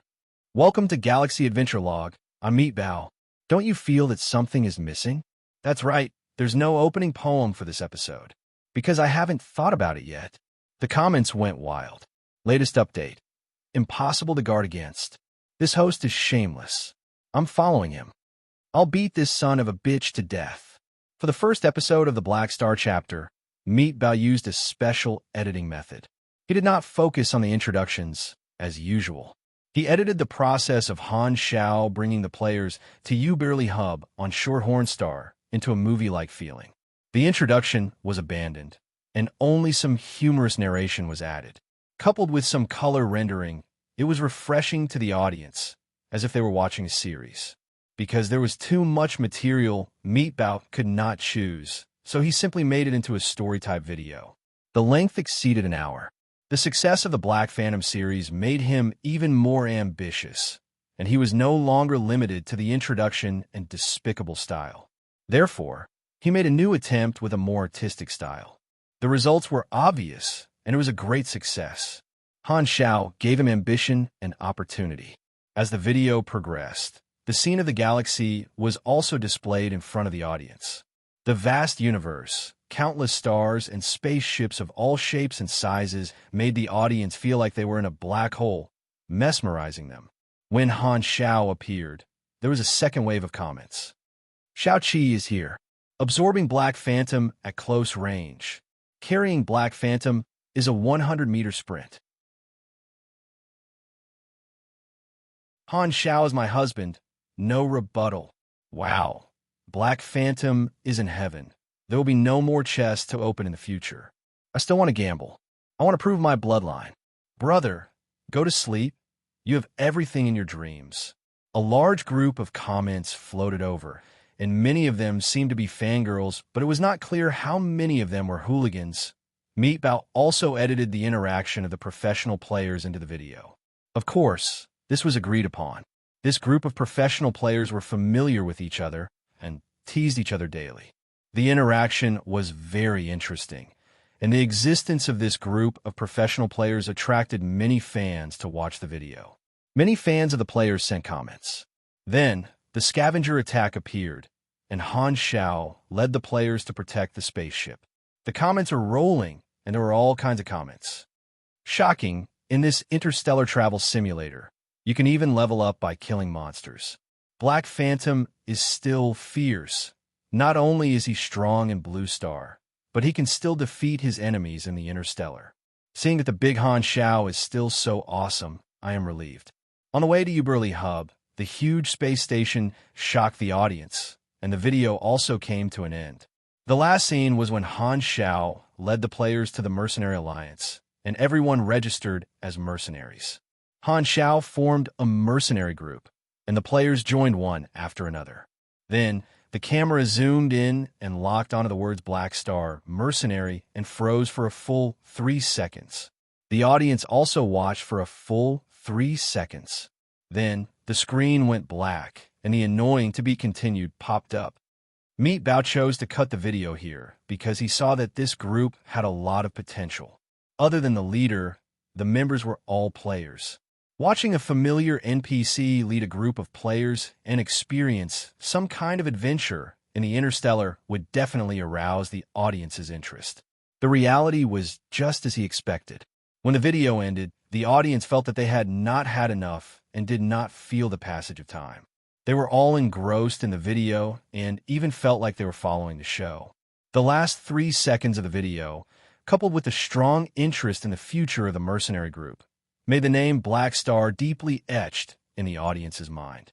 Of course, another consequence was that the scale of the urging for this episode was unprecedentedly large. So cool, please update quickly. Waiting for the second episode. It's like locking Meat Bao in a small black room and slapping him to death if he can't make a video. I think he might enjoy it. What are you thinking about above? Slapping is obviously a slap in the face. Your thoughts are not pure. I feel ashamed for you. If I were you, I would King die on the spot. The number of viewers for this episode increased exponentially, causing a phenomenal sensation. The audience was wild, and there were also other professional players who were not chosen by Han Xiao who were envious and hated themselves for not being able to hold on for 30 seconds. The impact of Meat Bao's episode even made the Galaxy Times, which was released immediately after, hurriedly add a section to share the video clip and give their own comments. Many episodes ago, we once deduced that the storyline characters had their own limitations. When the storyline on them was over, to the players, they would disappear into the crowd. But this time, we found that this deduction was wrong. Black Phantom Han Xiao. Oh, now he should be called Black Star Han Xiao. He proved our mistake. His range of activities was not limited by the civilization level of the planet itself. He went into the galaxy and started the Blue Star, and a new storyline was extended from him. We once thought that Han Xiao was only the main character of Blue Star, but now it seems that everyone guessed wrong. He has more than one war storyline, and he has a storyline that goes deeper into the galaxy. Compared to other novice planets, the development potential of Blue Star itself is very limited, but there is a pioneer like Han Xiao, and he has always been guiding the storyline forward. Black Star Han Xiao. He is not only the main character of a planet-level storyline. The Galaxy Times was brave enough to admit their wrong deduction, and their sincere attitude was well received by the audience. At the same time, it also contributed to the sensation caused by Han Xiao. The divine assistance made Han Xiao's impression in the hearts of the players rise from the so-called planet-level main character to a higher level, which made the players even more curious. How far can he go? Han Xiao also watched these 2 episodes, and the effect achieved what he wanted. His increasing status in the eyes of the players meant that he was accepted on a deeper level. Countless players were excitedly discussing it on the forums, and the popularity continued to rise, becoming the hottest topic. But no one would have thought that this episode of Meat Bao's video would not only be popular for a short period of time, but would also last longer than anyone could imagine. In the future, countless people would come back to archaeology, and it would be known as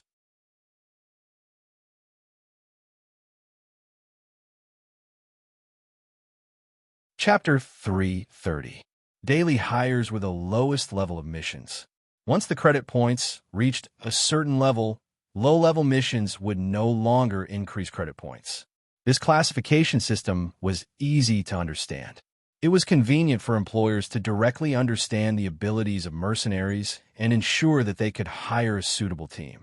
120 points happened to be the first standard. This was the first threshold to select a mercenary group.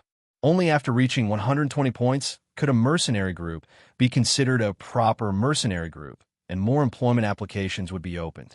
The efficiency of professional players was very high. 2 days later, the mercenary group had accumulated 120 credit points. Han Xiao released the faction quest reward. The top 3 credit points were King Admiral Hao Tian and the captain of the Fanatic Squad, Yen Ran.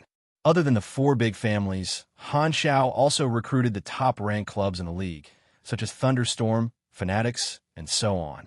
Torrential Rain was still alright. They had a beauty like Rainy Kim, so there was quite a lot of attention on them. Compared to them, Fanatics was even more pathetic. They were also a first-tier club, but their presence was extremely weak. To be honest, if Yen Ran hadn't been ranked 3rd in terms of contribution this time, Han Technician would have almost forgotten about her existence. Han Xiao gave out extra rewards to the 3 of them. At the same time, he used a provocative tone to say that the mercenary group would definitely reward them for their contributions. The additional reward was the Sin-A carbon-based creature detector, helmet, that he had just created. It required 800 faction contribution points to exchange for it. He gave it to the 3 of them as if he had earned 800 faction contribution points for free. This immediately attracted the envy of the other players. At this time, Han Xiao said, "This detection helmet can greatly improve one's field of vision and adapt to a variety of harsh environments." He introduced the functions, implying that this was a must-have equipment for outstation missions, and recommended that everyone exchange for it. Author's note: Unravel is the latest update. The 3 of them tried out the functions of the helmet. The built-in screen displayed all sorts of environmental analysis, energy analysis, and so on. It could also be adjusted.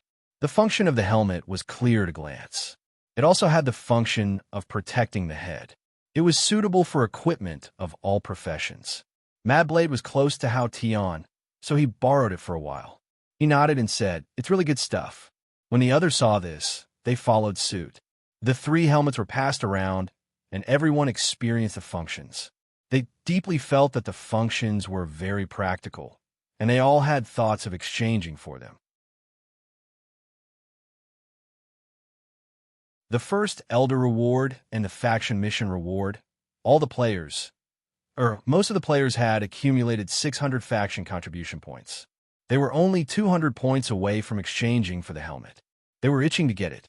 Han Xiao had deliberately set the price at 800 contribution points to give the players the impression that they only needed a little bit of contribution points to get the prize.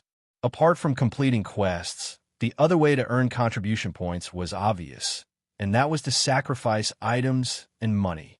It seemed like he was giving away 600 contribution points to most of the players, but in reality, this was bait to lure players to spend money. It was a very common promotion model.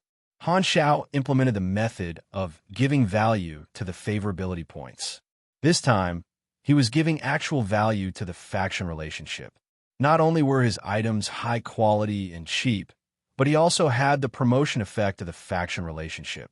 He could guarantee that players would have the highest priority to spend on him. The exchange rate that he had temporarily set was within the indifferent to friendly range, 0 to 1,000 contribution points. 50 anas could be exchanged for 100 faction relationship points. Therefore, to the players, the helmet was worth 400 anas, and they only needed to spend 25% of the original price to get it. It was only 100 anas, which was a great deal. Half of the players had obtained 1,500 anas from the short Hornstar mission, so they were very rich and easily exchanged for the helmet. The other half of the players had been doing daily missions for a few days, but the rewards were very little. However, they were very cunning and directly borrowed money from the other half of the players. We're all the best in the industry, and we see each other all the time. It's only 100 anas. Aren't you embarrassed to not lend it to us? Not lending? You're looking down on me. We're all brothers. We'll definitely earn money in the future. You don't have to worry about us not paying you back. You can run away, but the temple can't. Lend me the money, and I'll owe you one. After a series of chaos, these players finally exchanged for the helmet in the form of debt. Of course, the people from the Temple of God owe the most, so Li Gu was very upset. More than 50 customers, a small profit, but a quick turnover.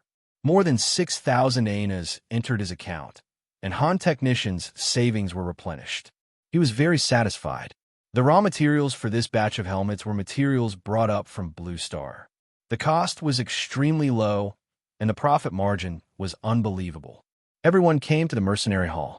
Han Xiao was about to open the mercenary interface and accept the Sunil mission when he suddenly realized that the mercenary hall was a little strange today. A group of mercenaries was squeezed in a corner of the hall, and it was very noisy. Han Xiaoxin was curious, so he walked over and saw a short blue-skinned man in the middle of the crowd. He was wearing a loose and luxurious robe, and his hair was like steel nails.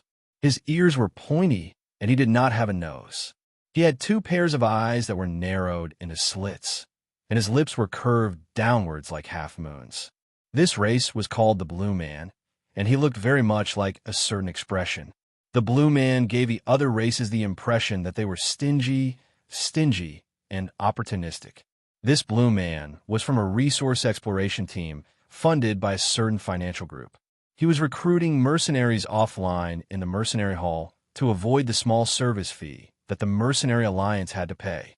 This Blue Man was called Martin, and he was introducing the job requirements. I'm from a resource exploration team, and I'm going to Planet Gardon 791 for a 3-day field exploration. I want to recruit a group of bodyguards, and each of them will be paid 400 anas. They will be responsible for protecting the exploration team, clearing the surface beasts, and exploring dangerous areas. They need to have at least 120 credibility points. The mercenaries around had cold expressions on their faces. The pay for this job was not very high, and it was not going through the Mercenary Alliance's channels. It was like taking a private job, and it would not be recorded in the resume. They would not be able to increase their credibility points, so it was not very attractive to them. They all watched from the side, and no one came forward to recruit. Han Zhao's eyes flashed. He looked at the star map and said, Planet Gardon, 791 is near the Sunil base. I can earn some extra money on this trip. Although it's only 400 anas, I have more than 50 people on my team. Many a little makes a mickle, so it's quite a sum. Some barren planets without life had the name of a star system and a serial number. It was convenient to locate them, and they were basically only used to collect resources. Han Xiao squeezed through the crowd, walked forward, and said, Black Star Mercenary, more than 50 people. Only group employment for now. Let me see your credibility points. Martin sized up Han Xiao and was a little happy. He had been shouting for so long that his voice was hoarse.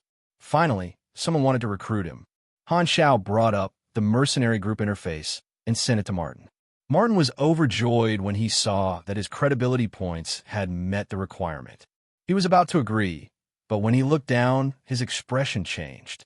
He said in surprise, You guys have never accepted combat employment before. The Black Star Mercenaries' resume showed dozens of daily jobs in the hub. Most of them were cleaning missions. Normal mercenaries would not even bother to do this kind of work. It was almost no different from manual labor.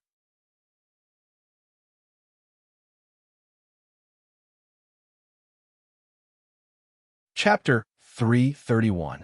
Han Xiao raised his eyebrows and said, What's wrong with that? My credibility points have already met the requirements. My credibility points have already met. Martin said with disdain, I want warriors and bodyguards. Your resumes are all about the daily missions in Ubarely Hub. You're just a bunch of janitors. Are you really mercenaries? Han Xiao frowned and said, What do you mean? What I mean is that you don't meet my recruitment requirements. Martin waved his hand impatiently. Although he was very stingy and did not want to pay a high salary, it did not affect his picky appetite. He wanted to pick the best out of the worst. So he spent the least amount of money to hire the mercenaries with the highest value ratio. This had always been the nature of the Naren people, stingy and greedy. Although the average strength of the Black Star Mercenary was grade C, this resume made him doubt their actual combat ability.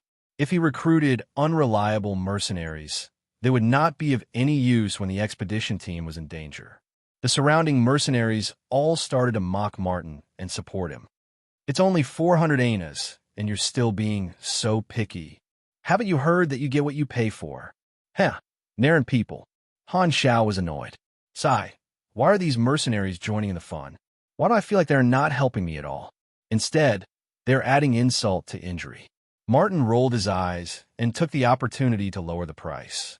He pretended to be in a difficult position and said, With your resumes, I can only offer 200 anas per person. Goodbye. Han Xiao turned around and left. He was too lazy to argue with Martin. Martin's attitude made him very unhappy. It was never Han technician style to be bullied by others. He did not want to earn this extra income. There were so many opportunities anyway, and he did not want to waste his life on a crooked tree. Han Xiao opened the mercenary interface and found the application list of the Sunil race. There were a few missions, all related to the same incident. The Sunil race's homeland was destroyed by Dark Star, and with the help of Ghidorah, they moved to another forest planet with dense natural energy and changed the name to Planet Sunil. Planet Sunil had a large number of native beasts, and most of the time, they were very tame. However, the underground of Planet Sunil contained ores with the nature of mine pollution. Every few years, all the beasts on the planet would enter an inexplicable manic period, causing the new home of the Sunil race to suffer. Every time this happened, the Sunil warriors would return to their home to protect their homeland and recruit a large number of mercenaries to help them. This was a very pitiful race. They were originally just a planet-level civilization, standing aloof from worldly affairs and working hard to develop. However, they were suddenly attacked by Dark Star and met with a calamity. They did not even have the strength to fight back. Dark Star's battleships bombarded the ground, and countless cities were bombarded by lasers and missiles, turning into fireworks that soared into the sky, swallowing the screams and cries. Even despair fell into the void. It was a one-sided massacre. Dark Star and Ghidorah were mortal enemies, and they were very active in the Garden Star system. Darkstar took advantage of Ghidorah's weakness as a member of the lawful faction and attacked the planets under Ghidorah's jurisdiction time and time again, forcing Ghidorah to help the low-level civilizations that were in trouble, thus exhausting Ghidorah's resources. If Ghidorah did not help, their jurisdiction over the Garden Star system would not be stable. Darkstar belonged to the evil faction, and attacking low-level civilizations had long violated the Universal Contact Treaty. However, the Shattered Star Ring was a borderland, and every time they completed a mission, Darkstar would disappear for a long time, avoiding the attacks of other civilizations. They were like a terrifying shadow that always covered the Garden Star system. When Ghidorah's fleet arrived through hyperdrive, the surface of the Sunil mother planet had already become a scorched earth with lava flowing everywhere. The ecosystem had collapsed, and only less than 10% of the people survived, being protected by Ghidorah. The technology of the survivors had been cut off, and they had not recovered all their technology even now. The refugees were settled on planet Sunil, and even the city that they were living in was built with the help of Ghidorah. After settling down for a few years, they discovered the situation with the wild beasts. At this time, it would be very troublesome to migrate again. Ghidorah had helped them the last time out of humanitarianism, and if they asked Ghidorah for help again, many Sunils would feel that this meant that their race had completely become dependent on Ghidorah, and they would not be able to accept it psychologically. Thus, they stuck to their current situation and resisted the wild beasts, barely surviving. It was the time of the wild beasts recently, and the goal of these few missions was to recruit people to protect their home. However, the danger of the missions increased with each level. The most dangerous mission did not even have anyone applying, and the easiest mission required 120 credits. Mercenary Mission. Protect Forest City Mission Introduction. The Sunil race has encountered a new round of catastrophe. You have accepted the mission, and your duty is to protect Forest City. Mission requirements. Protect Forest City. Failure condition. Forest City is lost. Failure penalty. Minus 60 credibility points reward. 500,000 EXP, 1,800 ANAs, plus 34 credits, plus 3 area renown mission start time. 12 days later, the Sunil race, called the Wild Beast Catastrophe, and Forest City was the current main city of the Sunil race. This was just a normal mission, and it was not Han Zhao's entire goal. He accepted the mission so that he could have a reasonable identity to contact the Sunil race. Sunil's storyline mission had to be triggered by himself. As one of the members, the players also received the mission of the mercenary group. Han Zhao also released a faction mission that rewarded faction contribution points upon completion of the mission. It seemed like a double reward, and the players felt like they had earned something. This was the Black Star Mercenaries' first combat mission, and everyone was eager to give it a try. Han Zhao waved his hand. Let's go. 3 days later, the group took a direct flight and arrived at planet Sunil. From the perspective of the universe, this was a green forest planet surrounded by white clouds. The tremor came suddenly, and the spaceship entered the atmosphere. The surface of the planet gradually enlarged in their field of vision. The spaceship followed the route, and the sea of trees receded in their field of vision. Han Zhao looked out from the porthole, and a plane appeared in the middle of the forest. A city stood on the plain. This was the new home of the Sunil race, Forest City. The spaceship lowered the airdrop cabin, and Han Zhao and the others felt a slight sense of weightlessness. Then, the ground shook, and they landed steadily. Chi! The cabin door slid open, and outside was a continuous military base. Han Zhao stepped out of the cabin door and saw teams of Sunil soldiers wearing heavy individual armor patrolling and standing guard. Sunil defensive soldier armor, as the name suggested, was the individual combat armor worn by the Sunil soldiers with the quality of a normal person. It was silver gray in color, and the armor plate was extremely thick and could block rapid fire from cannons. After wearing it, the person would feel like they had expanded a few times. The soldier armor weighed close to a ton, and it had its own power unit. It was equipped with large-caliber depleted uranium defense machine guns, shoulder rocket launchers, melee combat rissaws, and so on. The Sunil race was a pure technological civilization.